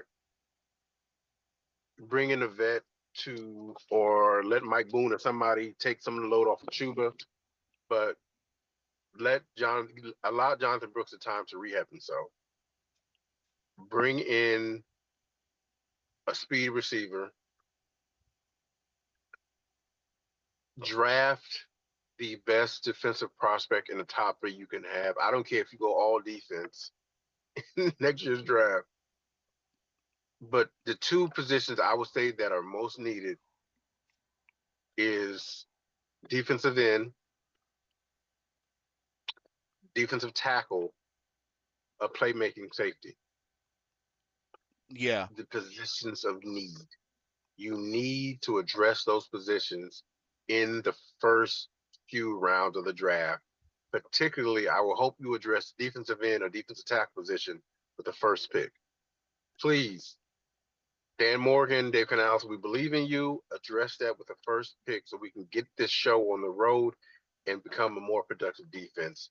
But with that absolutely. one, my brother, it's been a pleasure. You know, we got to do this again more often. Love you like a fat kid loves cake.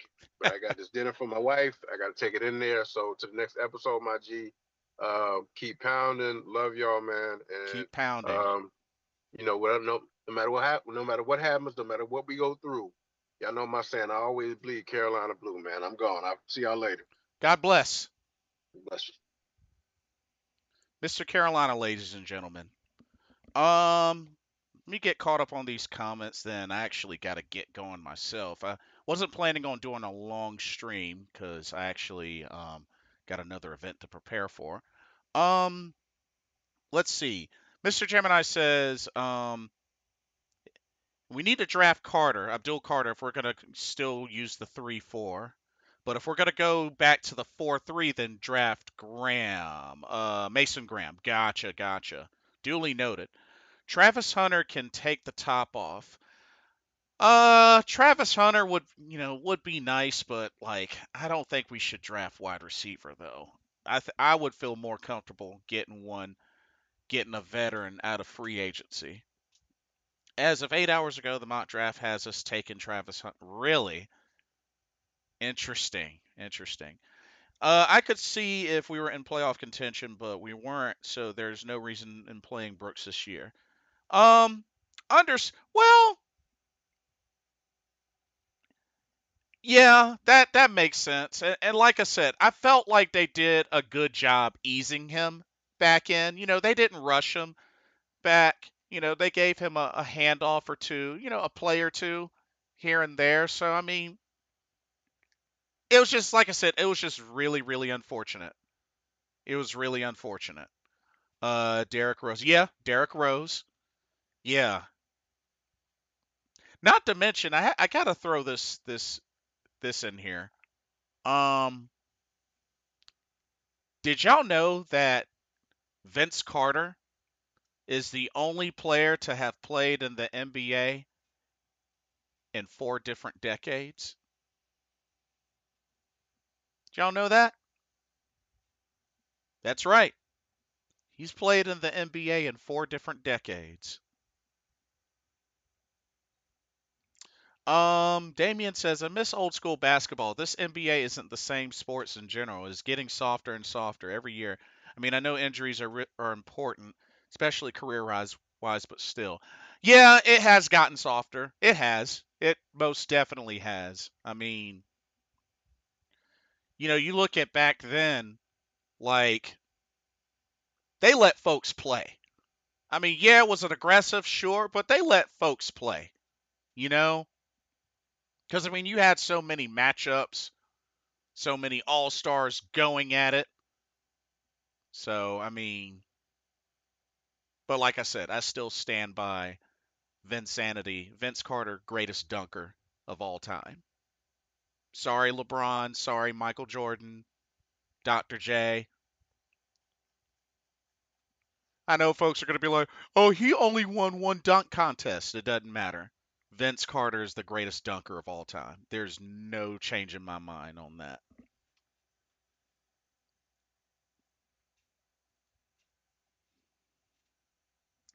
Mr. Gemini says, yeah, and plus the traveling and just shooting threes is getting ridiculous. Yeah, traveling's not really traveling anymore, it seems. Like, you got folks during the Euro step and the 4 step drop and all. Yeah, I don't know I don't know what's traveling anymore. I thought I knew, but I don't. I don't know anymore. I do not know anymore. But ah, but anyway, I'm gonna get here and get ready for the next broadcast or so. Or actually, I'm probably. I mean, I might do a live stream, or I might just do another video. But got to get ready for New Japan's Strong Style Evolved. But uh, thank y'all for coming out. Like I said, this was a rough game. This was a terrible, terrible game. And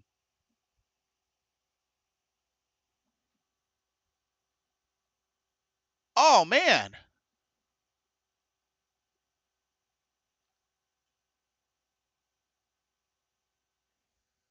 wait, Corey's just now joining? Did he not get my message? Yo, what up, man? Bro, did oh my god, What's did going on? did you not get my message? I got Nah, oh, I am so sorry. it's all good, bro. It's all good. That's why earlier I was wondering why you didn't pop in. Hold up.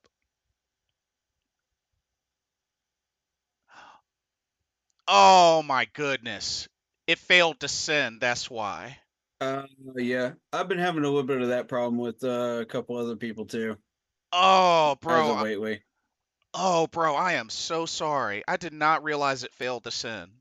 Oh, you good? You good? You good? That's on me. I was actually wasn't too long ago that Mr. Carolina hopped off, but Oh man, I would have enjoyed yeah. talking to him.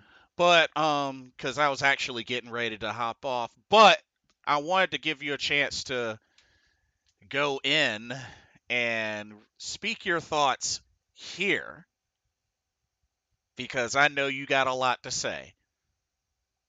So, my brother, the floor is yours. Let us know how you're feeling, your takeaways from the game, the works. Let me know the works. All right, I'm gonna start off by saying, what the heck just happened? I wish I knew. Do I you notice the wish I knew. same problems that we had early on just resurfaced again? The Dude, same exact problems. it felt like week 1 and 2 all over again. Exactly. It's like we just regressed. And I was describing it as you know how you have like alcohol addicts and stuff like that, Uh-huh. and you they go and they get help. You know, they go to AA meetings, and then they come out of those AA meetings feeling better. Some of them, some don't. But with us, it seemed like we went to that meeting and we came out like, all right, cool. You know, we know Mhm. who we are. We're in better track. We're doing better. And then we're like, okay, we'll give in to temptation. We'll take one drink, and one drink turns into several drinks, and several drinks turns into a party, and one party turns into several parties, Yeah. and you drop right back into that addiction again, that darkness again, because you're comfortable with it. See, we got comfortable with that darkness as a franchise.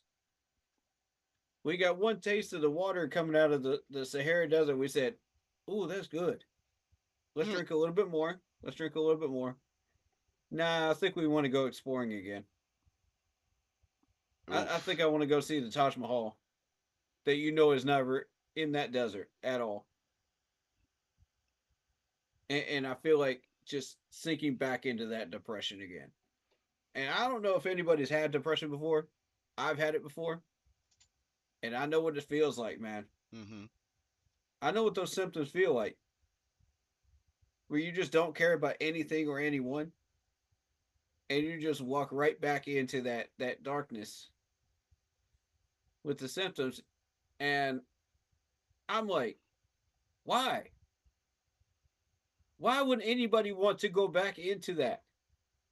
That's what I'm saying. Like, why would we want to go back into those bad habits again and do those stupid things again that we were doing? And it's just like we took the blue pill from the Matrix and we are just like, oh, I completely forgot everything that we just learned for the past month and a half. Like it's like what? Explain that one to me because I don't get it. Why would you take? I don't get it. It pisses me off to no end, knowing that we have a successful team on our hands and we walked right back into the fire, right back into it, like it never existed. And everybody's going to be like, "Oh, well, that's who we really are." Bull crap. Bull crap. Don't feed into that. We know who we are. That last month and a half is who we are. Don't let these people suck you back in. You determine who you are by your actions and your deeds. Right. You know, I agree. we And work and we and work so hard on techniques and all that other stuff, and I just it blows my mind how far we have come in the past month, and only just to watch it just disappear again like a right. mirage. And Uh, and and you know what I don't get? And there's a bunch. What yeah, what the heck were they doing putting Fuller on CD Lamb? exactly. That move makes no sense, Evero. Evero, that question's for you. Evero, care to answer that? I don't get it. I I don't get need it. that question posed to him in that presser. I need it to happen because I'm so tired of this.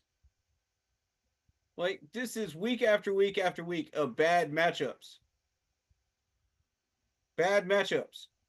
101. Where is the corner? First of all, the corner should be on CD Lamb. It should be JC Horn or Mike Jack the entire game with safety help over the top. I don't care whether you're playing 3-4 or 4-3. That's how it works. You don't ask the safety to just go one on one with the number one wide receiver of another team. I don't care how good they are. That makes no sense. That makes zero sense. That's a matchup that they can exploit, and they did. Oh, and then we got Woods. Woods, who thinks he's in Narnia again. Yeah, seriously. But one play in particular, that end zone touchdown, where, J.C. Horn was motioning him, get back, get back, get back. He was trying to tell him, get back. And I Right. know he heard him. And Woods just stands there like a freaking gargoyle.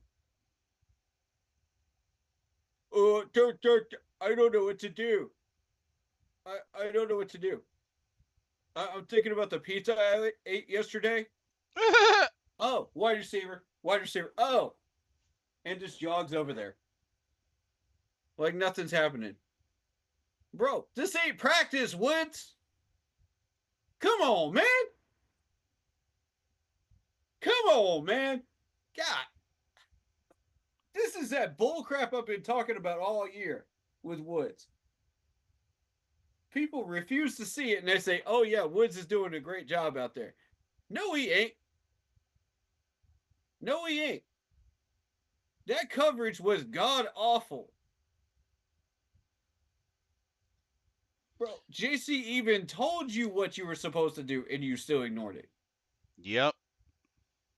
Like, I don't know how much clearer he can be or how much clearer we can be about it.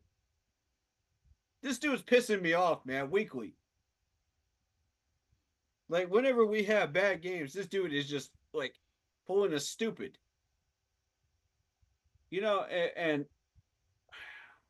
I was so happy for him the last couple of games because I thought, okay, he's finally starting to come out of the tunnel. Nope. Right back. Right back to what he was doing. And I'm like, really? Really. Really? Oh man. Uh Mr. Gemini says hashtag keep pounding. Shout out to you, Corey. Um, super, Yeah, man. super, Appreciate you. super Trebo says, "Hey Jason, how's it going? You weren't mad at me, were you? Just stating seems like whenever Vegas favors us, they set us up as favors. Sorry if it came. No, no. Why would I be mad? No, no, not mad.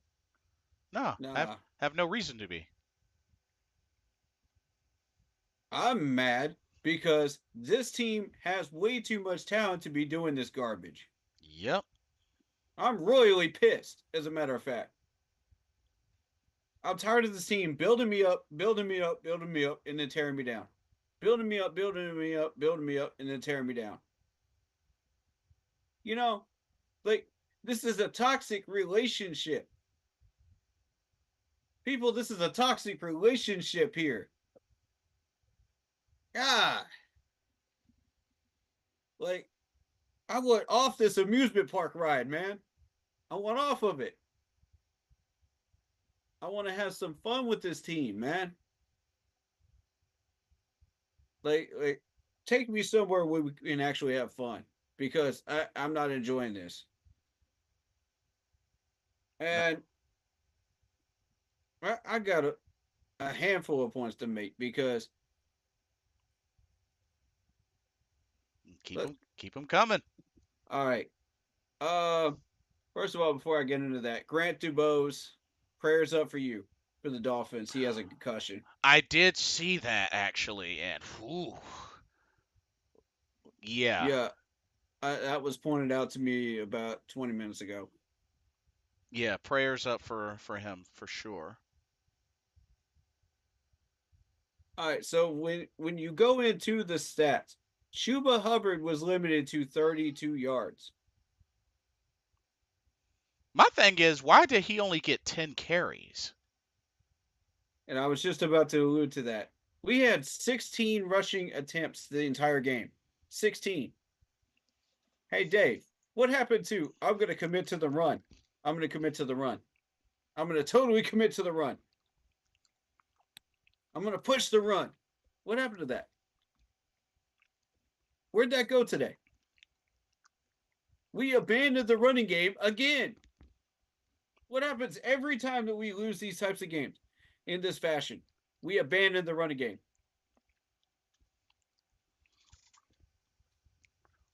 I We think. have 3 for 11 on third downs.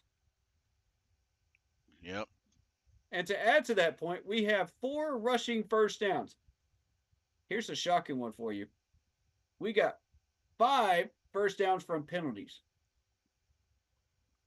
Ugh. Wow. Yeah. We had 16 first downs total for the entire game. That ought to tell you something right there. All right, so passing it was about the same. You know, total drives the same, yards per play the same. You know, completions about the same. The difference is those 2 picks and the rushing yards. They actually had more penalties than we did. They had Yeah. 14 penalties, 99 yards. We had 8 for 65, but they should have had at least 3 or 4 more called on them. Us probably 2 more, but you know, point being 60 total rushing yards for the entire game. 60. That's my first points I wanted to make. Yep. Now, on to the wide receivers. Can we throw the ball to anybody not named Jalen Coker, please? Because Jalen Coker seemed like the only one today that actually broke 100 yards. Yep. 4 catches out of 6 targets, 110 yards, and a touchdown. Everybody else, 60 or lower. Embarrassing. What in the world are we doing? And Coker, yet again, undrafted, by the way. Yep. Undrafted. Undrafted. Rookie. Out of Holy Cross, Out of Holy out of all Cross. places. Yep. I thought he was going to get drafted in the 7th round, but regardless, this dude is the only person putting up points today. Where is Xavier Legette? Where is Xavier Legette? Where? Please show me where he's at today. Because 2 catches, 7 yards. where is he at? You had 3 targets and 7 yards. Look at Sanders. Sanders, where were you at today? You dropped a wide open ball. Didn't even throw the ball his way. Yep. David Moore, 4 targets. Only got the ball twice and got 19 yards out of it. Yeah. Where were you at? Keep going. I'm gonna use the restroom. Keep going. Keep going. Tell me how these Dallas corners are this good. Please explain to me how they're this good. You are literally dealing with Deron Bland, Colleen Carson. You're dealing with Jordan Lewis, Israel, a backup nickel corner who caught a pick on us, and CJ Goodwin. I refuse to believe any of these guys are Pro Bowlers. We just played against Pro Bowlers for the past 3 weeks. Actual, real Pro Bowlers. And these guys got the better of us. How? Please explain that to me. Because we didn't even have Trevon Diggs on the field. Overshown did nothing. Maurice did nothing. Micah Parsons was dead the entire first half. And lo and behold, Donovan Wilson didn't barely do anything either. The guys I warned y'all about. No, it was the guys I didn't warn you about that started putting up yardage, that started doing things. And I'm sitting there like, what? How is Osa, a 6'2", 280-pound defensive tackle, who has 21 solo tackles, 4 sacks, and 1 forced fumble now, the guy that caused us the most problems today? Please explain that one to me. Damian Lewis, the $100 million man. No, this man had 3 solo tackles out of 4, 1 sack, and a forced fumble against us. Yeah, that's right. Osa, who hasn't been doing jack crap all year. Jack crap. Let's continue on, because I got a couple more for you.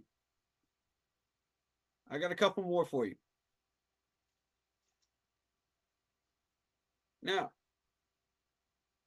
let's check out this backup corner. Israel, right? Israel, the safety, 6'4", 205 from South Carolina. Yes, the Gamecocks. 10 solo tackles, 2 picks. He got 1 pass deflection and a pick today. Otherwise, he hasn't been doing jack crap all year. He literally only had 1 pass deflection and a pick against the Commanders, and that's it. Literally, that's it. And this man catches a pick on us. Like, Bryce, you want to tell me you didn't see him in that background lurking about near your wide receiver? You trying to tell me you didn't see him? I call horse crap. There's something in the water, man. There's something fundamentally wrong with this game right here. And it starts with psychological. Because there is no way you let this defense do the damage that you did without something psychologically wrong. All right, I'm back. There is no reason why this defense of Dallas's should let you do this much damage 6 sacks. to them versus what they've been doing all year. Yep. Oh! I got into some fun stuff. All right, check this out, Blitz. Yeah. Their backup nickel corner caught a pick against us. Their backup nickel corner, who hasn't been doing anything all year. 10 solo tackles, 2 picks, 2 pass deflections. That's it. That's Dang. literally all he's done all year.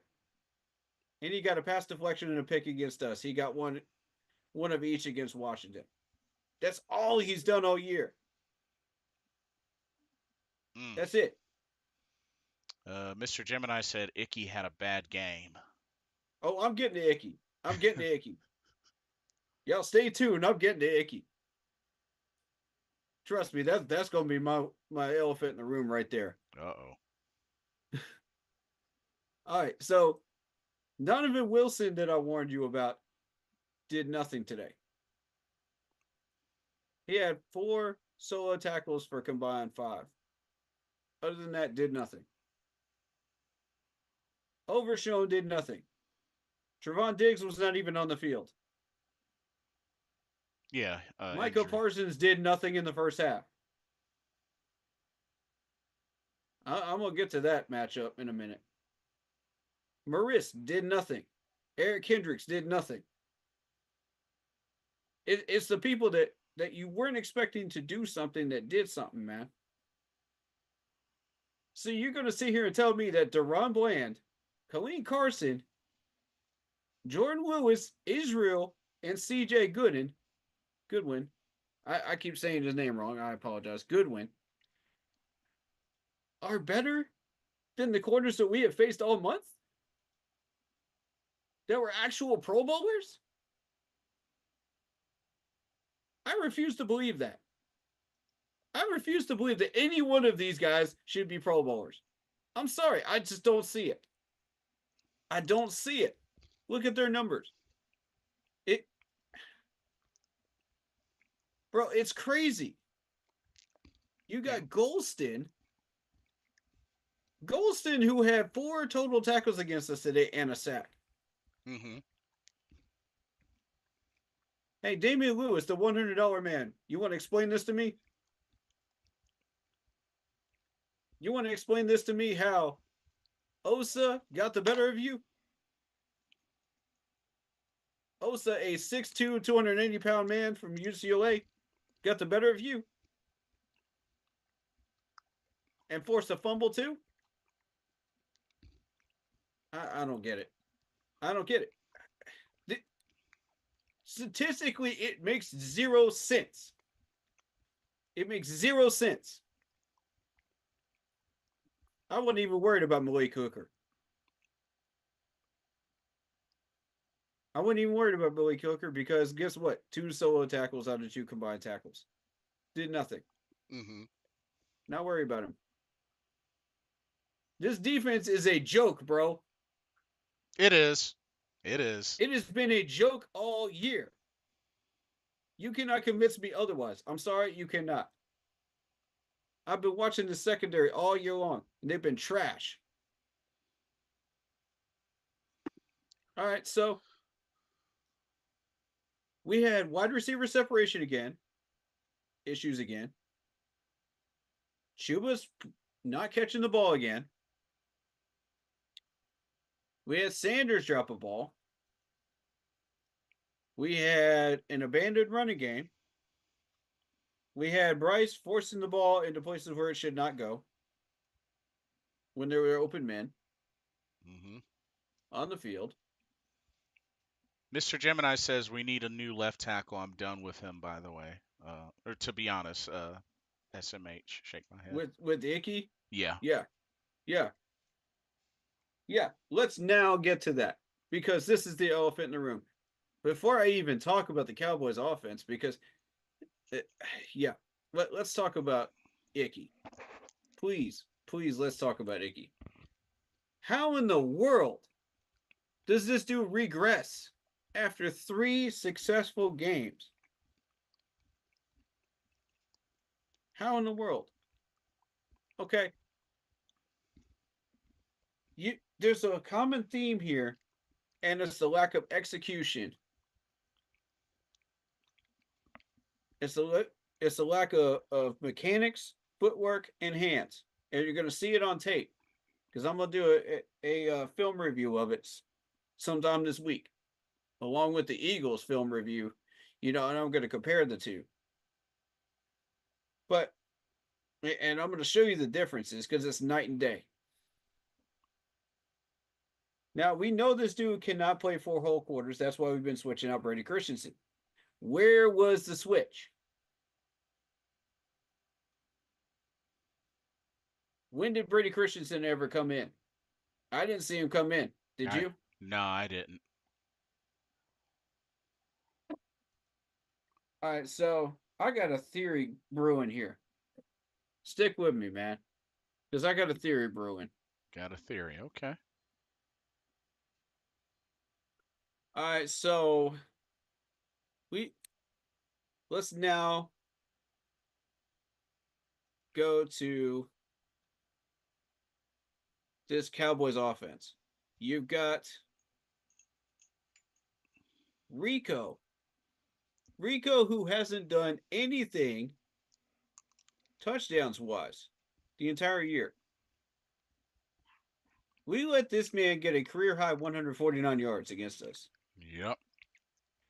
And here's my problem with this because we have been slowing down some of the top running backs to numbers that they should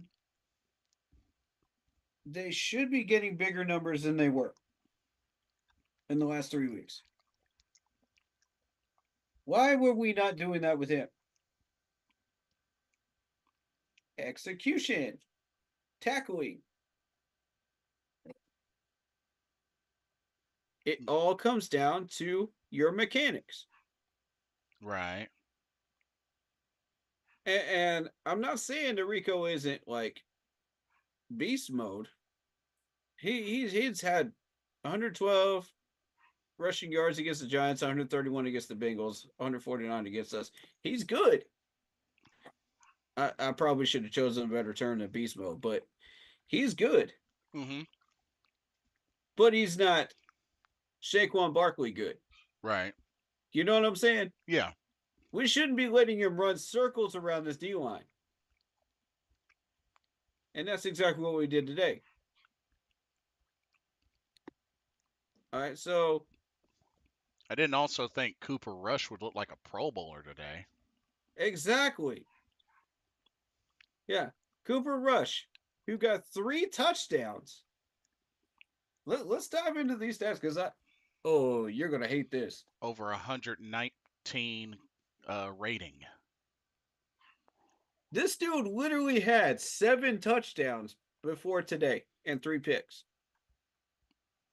We literally doubled his touchdown ratio Yep. in one game and only got 1 sack on the man. Only one sack. Only one sack. No pressure from this D line at all. None. And that was a J.C. Horn sack. What is J.C. Horn doing up on the line when he should be covering C.D. Lamb? He should have never been on that line to begin with. All of y'all should be doing your doggone job. And it's not like we got people injured this time. That's not an excuse this time as to why we weren't producing. Everybody was healthy. We had Clowney out there. We had DJ Wanham. We had all these people that everybody was like, oh, it's because we didn't have these people out there. And, when we got them back out there and we started playing better, I was like, okay, I'm starting to buy what you all are selling here. Right. Now all these people are still out here and they're still choking. Please explain to me what's going on with that because I don't get it. That rating was never as good as it was today for this man right here. It was never this good. Right. Right. You had a good game against the Commanders of over 100, but that was it. Otherwise, it never went over 100. Never did. The entire year. Oh, how much did Zeke get on us, man? I think he got about 30 30 something. yards. Yeah, 30 30. yards. Mr. Gemini says Trevin Wallace not being out there made our defense terrible as well. Yeah, we were definitely missing him. Yeah, and he was a major run stopper. And this is what I'm talking about, man. When Josie Jewell and Trevor Wallace are out there, we can't stop a beach ball. Apparently, nobody knows how to tackle if these two are not out there. It's crazy. You know, so we we put everybody on Brooks and Turpin, and the second that these guys get loose, they run circles around us. Turpin didn't do anything today. It was 2 attempts for 27 yards. Hmm. I wasn't worried about Turpin. Cooks Cooks had 3 catches for 34. I wasn't worried about him either. He didn't bother me. But when you get to Tolbert, Jalen Tolbert, and I was watching an earlier game of him, earlier on in the year Uh huh. through highlights. Um, and this dude actually did some work, man. You know, he had 7 catches for 87 yards against the Steelers and a touchdown. He had 6 catches for 82 against the Saints. And the dude every once in a while will find ways to find the end zone. So you got to be careful. He's a slippery little snake. Right. He's from South Alabama, about 6'1", 195. Fast little clown, man. And you got to be on him. And Woods is just sitting out there like, like, get a grip, Xavier Woods. Like, last week, I got on you because you were staring down a running back and we could have stopped a 2-point conversion. You were the only thing in between him and that end zone. Staring him down. And you just stood there and let him push you into the end zone. Like, I'm done with Woods, dude. I'm done with Woods. This dude is just a disaster. And I'm starting to now lean towards Woods being the problem, and it's not so much Evero Ajaro. Because he was in the right spots for these coverages. Hmm. You know, we had the right coverages in those situations. This dude, if we had coverages where he was nowhere near where he was supposed to be and the play was over there, then I would be like, okay, yeah, it's Evero. But no, this dude was in the right spots, staring down these receivers, staring down these running backs, and doing nothing. And people say, "Oh, I want to praise Xavier Woods. I want to say he's the best defender, out there right now. He's got 3 picks. Okay, y'all. The only thing you're looking at is 3 picks. Literally 3 picks. When how many picks do the leaders have in the NFL right now? How many picks do we? Yeah, how many interceptions do some of the leading defenders out there have? Let's find out. Because I guarantee you it's a massive gap. Okay, interception. Xavier McKinney and Kirby Joseph both have 7. Byron There it Murphy, is. yeah, 7. There it is. That's the safety, y'all. Oh, but we're praising him to the moon, right? Yep, Oh, he's the Xavier. best thing since sliced bread, right? In coverage? Yep, Bull both. crap. Yep, both of those guys are safeties. Yep. Yeah, he's the best thing since sliced bread as safety, right? Bull crap. Bro, it's time to upgrade. I'm done with Woods. This crowd's pissing me off, man. We got Jake Ferguson out here pushing people around. You know, Hmm. Forest City Kitty says our secondary is trash. Travis Hunter, come on down. Your next contestant on the Carolina Panthers. oh God. You know, Mm, I don't know if Travis Hunter should be our top priority. I don't think so either. Like I'm Forest with you on that. Forest City Kitty. Here's the thing. What about our pass rush, our run stopping?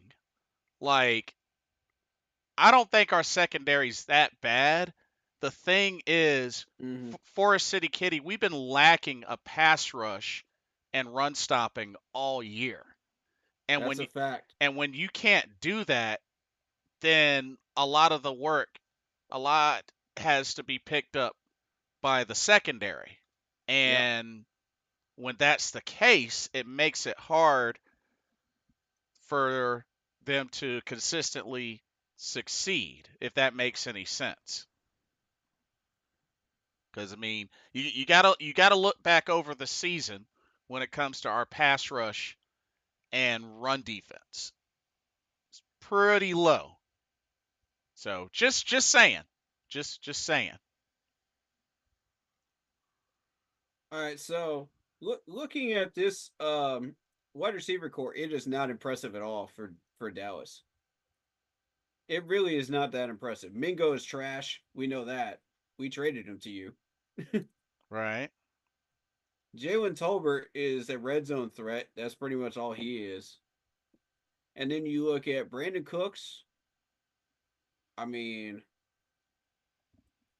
Brandon Cooks hasn't done that much at all. Um, Turpin hasn't done much. It's basically been a combo of CD Lamb, Jake Ferguson, and Cooper Rush. Uh, Plus Rico sprinkled in Right. from time to time. That's been it. That's all they're doing. That's literally all they're doing. And they beat us with that.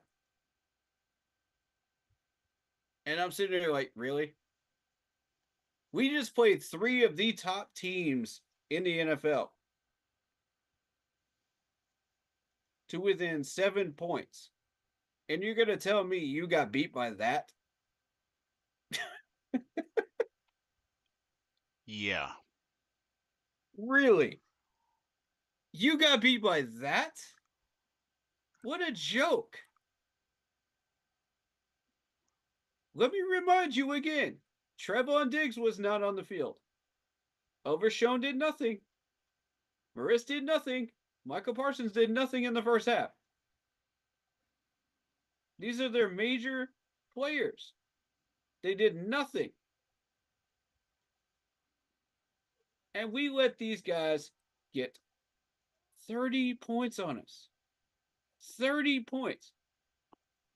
Now, when you look at their schedule, the last two games that Dallas has played, the last time they have hit 30 points was when they played the Washington Commanders in Hmm. Week 12. They didn't hit it against the Giants. They didn't hit it against the Bengals. Only against us. Why? For what reason? And you're going to hear people say, oh, well, we got exposed for who we really are. No, this is not who we really are. Oh, and Mr. Gemini was saying Overshawn's out for the season. Yeah, Overshawn's out for the season, so we didn't even see him on the field. Yep. You thought this defense would have some playmakers on paper now. Wait till Overshawn's out there. Wait till Trevon Diggs is back. Then you're going to see some playmakers on paper that could really make a difference for the Cowboys defense. And But speaking of next opponent, Cardinals are getting ready to beat the Patriots and about to go 7-7, and we play them next. So just a FYI. Man, the Cardinals don't scare me at all. Mr. Gemini says, "Did we play down to the competition?" Yes, we did. Yeah, in all Yes, we honesty, very much did. it definitely seemed that way, Mr. Gemini, and it's shocking. It's shocking because, like I said, it legit felt like week 1 and 2 all over again. It's sad. Like, I don't know what the heck they were doing. I don't know what the defense was doing, and just Canales and, like I said, Cooper Rush looked like a Pro Bowler today. He It's the looked, same people, man. yeah, They were doing stupid stuff at the beginning of the year that we saw them improve, we saw them progress, and then they went right back to their stupid ways that of doing things that they were doing before. They got one taste of the Kool Aid and they said, "This tastes good. I'm gonna go back to the way that I was doing things. and, We're gonna go back to the ping pong tables."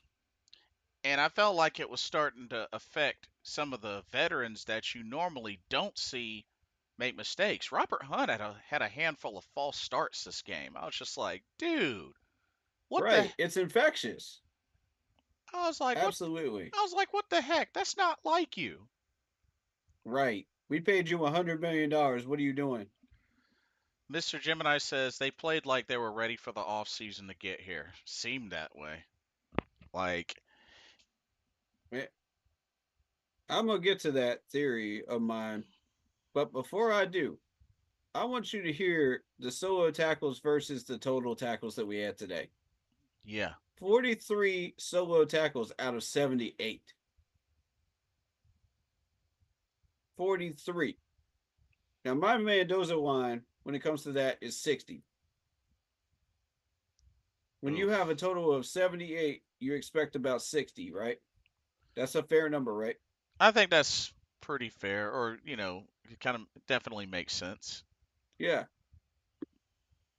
I want to go through these and show you where we're having trouble.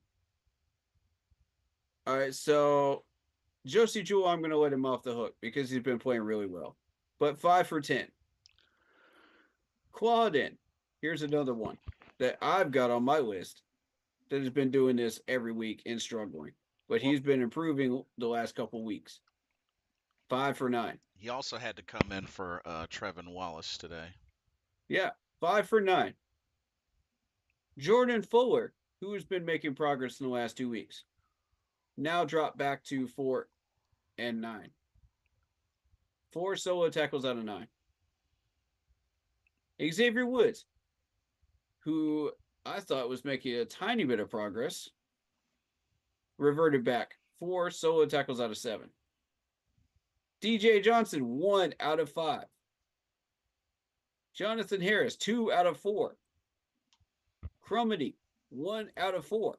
This is what I keep telling y'all about when I keep harping on solo tackles. These guys are the same ones that have been on my list all year long that have been doing the same thing. hmm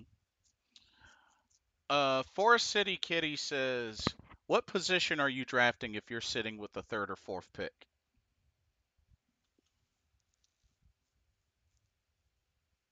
Is that directed at me or you I or think both of I us? think at both of us. Me personally, I would say D line linebacker, and might want to consider safety. If we want to go offense, enhance the O line. I'm gonna go. It depends on what the first 2 picks are.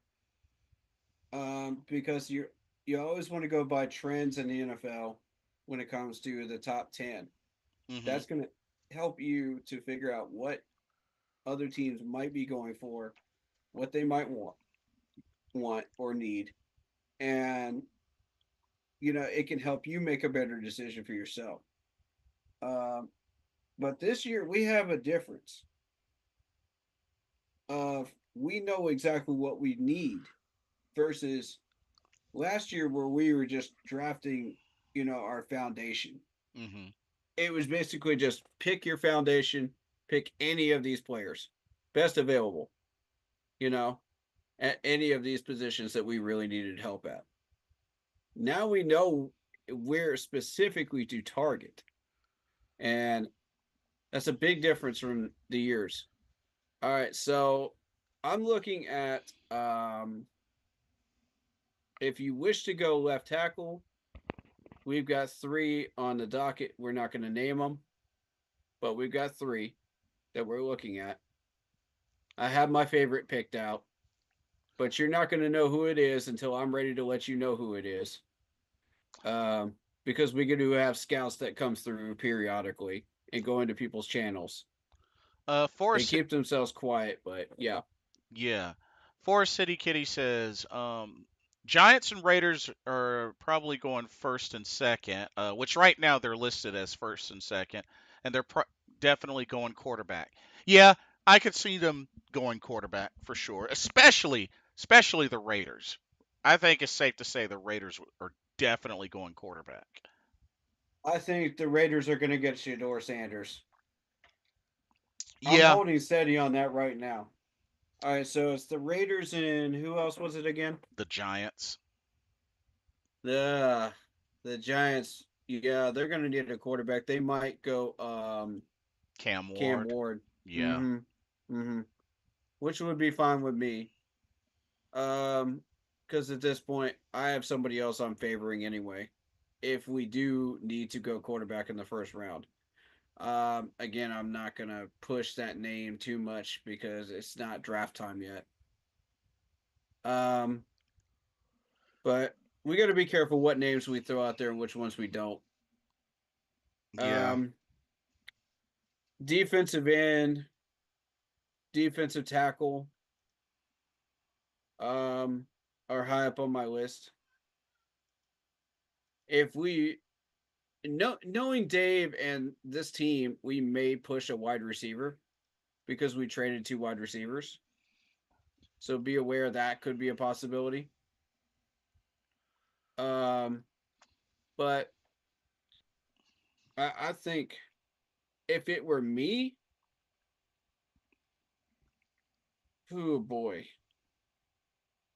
I'm hesitant to give you an answer because I don't want the scouts to get a hold of this information too early. You know what I mean? Best is to play it safe. Yeah. Nothing wrong with I playing it I safe. I'm gonna go ahead and say defensive end for now. But Blitz, I'll tell you who I'm what I'm really looking at in team chat later. Okay, you got a deal. Yeah, because I don't want these scouts getting too much information too early. They do check our channels out, I believe, and we've had a couple of situations where other teams have seen players that were on our board and jumped on them before we were able to jump on them. Hmm. Yeah, that's happened in the last couple of years. So I don't want that type of smoke coming at us again. In particular, Atlanta, Dallas stole a couple of ours. You know, I just want to be aware. Who knows might be in our chats for that. But right now, I'm going to go with the trend and I'm going to say defensive end to Yeah, answer the question. fair enough. Fair enough. We do need a pass rush immediately. And Yes, Clowney was doubled up. we need it badly. Clowney was doubled up in this game. I was paying attention. I noticed it, which tells me everything I need to know there. We need somebody on the other side. Clowney's solid. We need to keep him.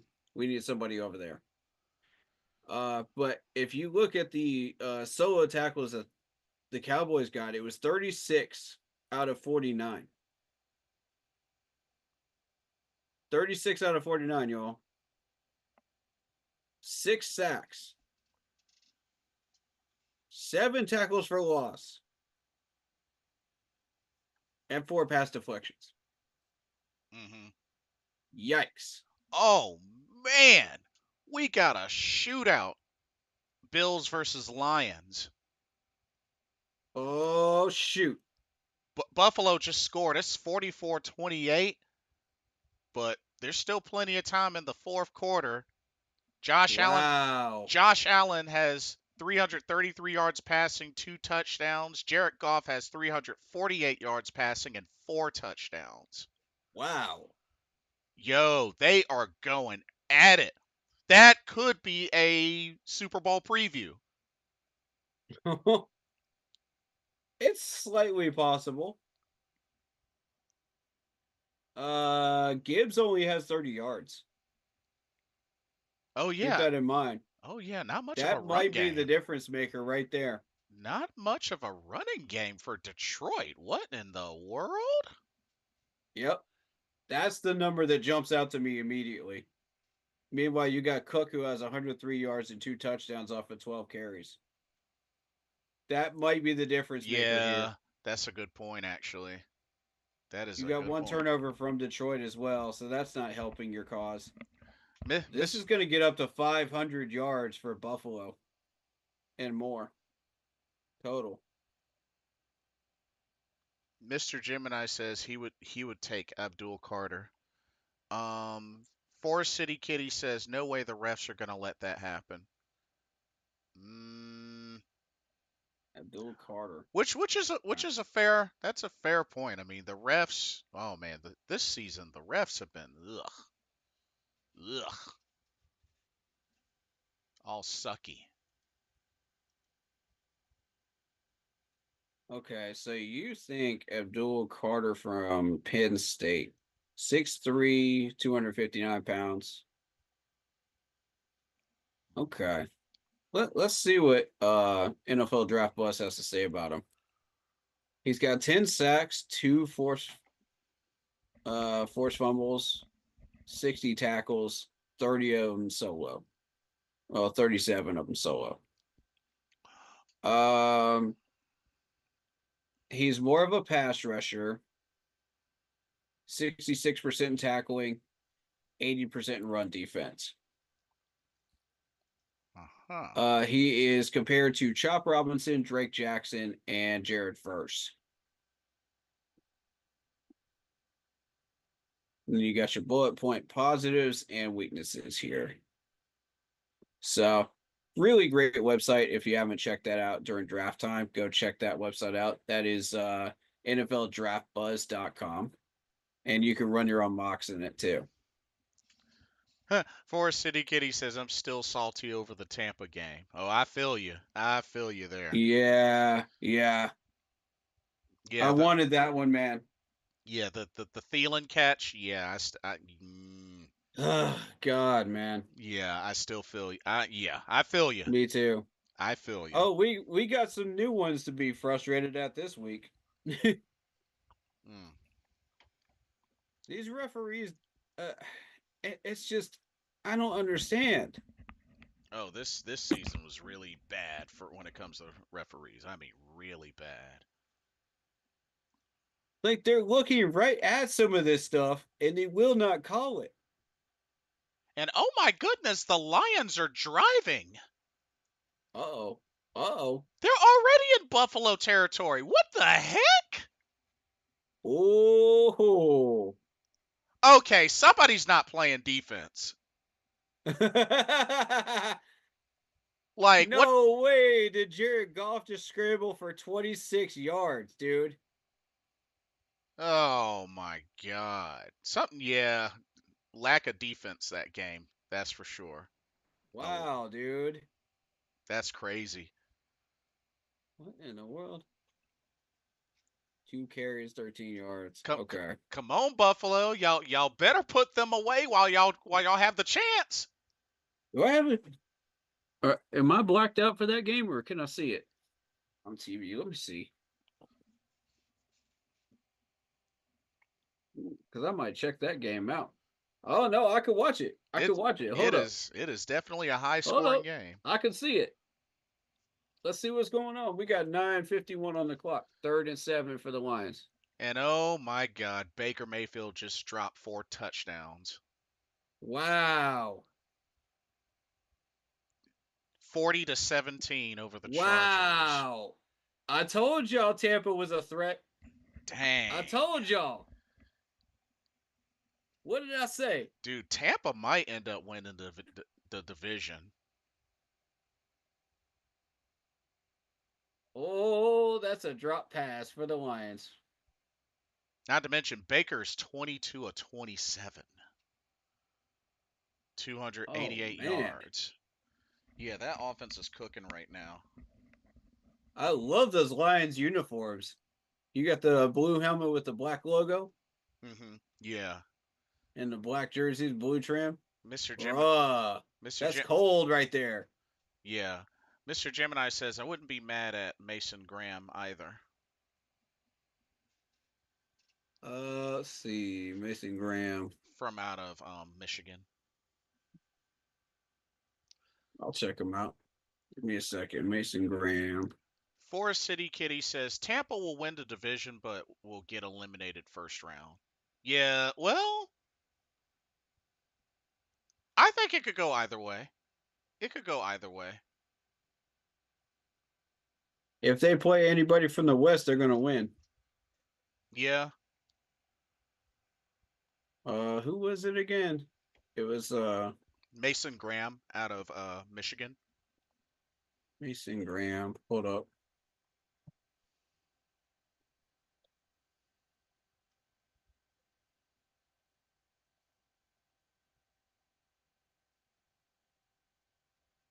Uh, maybe I'm just not.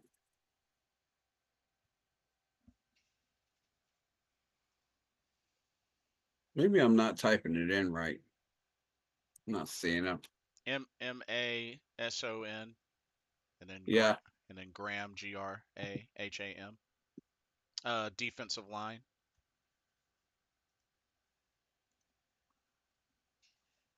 I'm not seeing him on the list. Huh.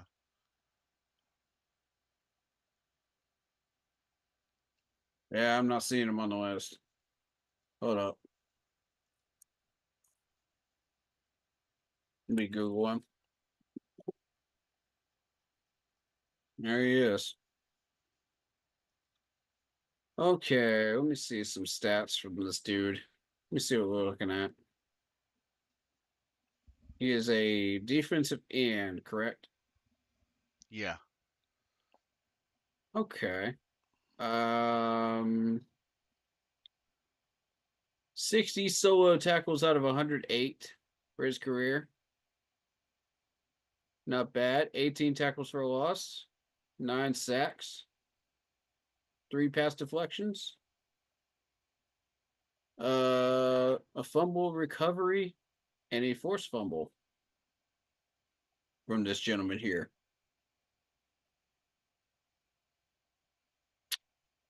Not bad. Not bad at all. He's consistent. Okay.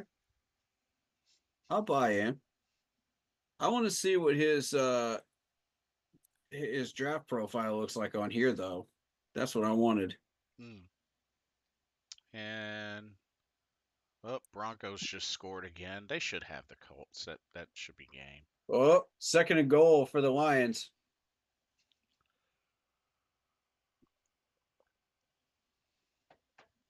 Yeah, I'm not seeing him. Mm. I don't know. Hmm.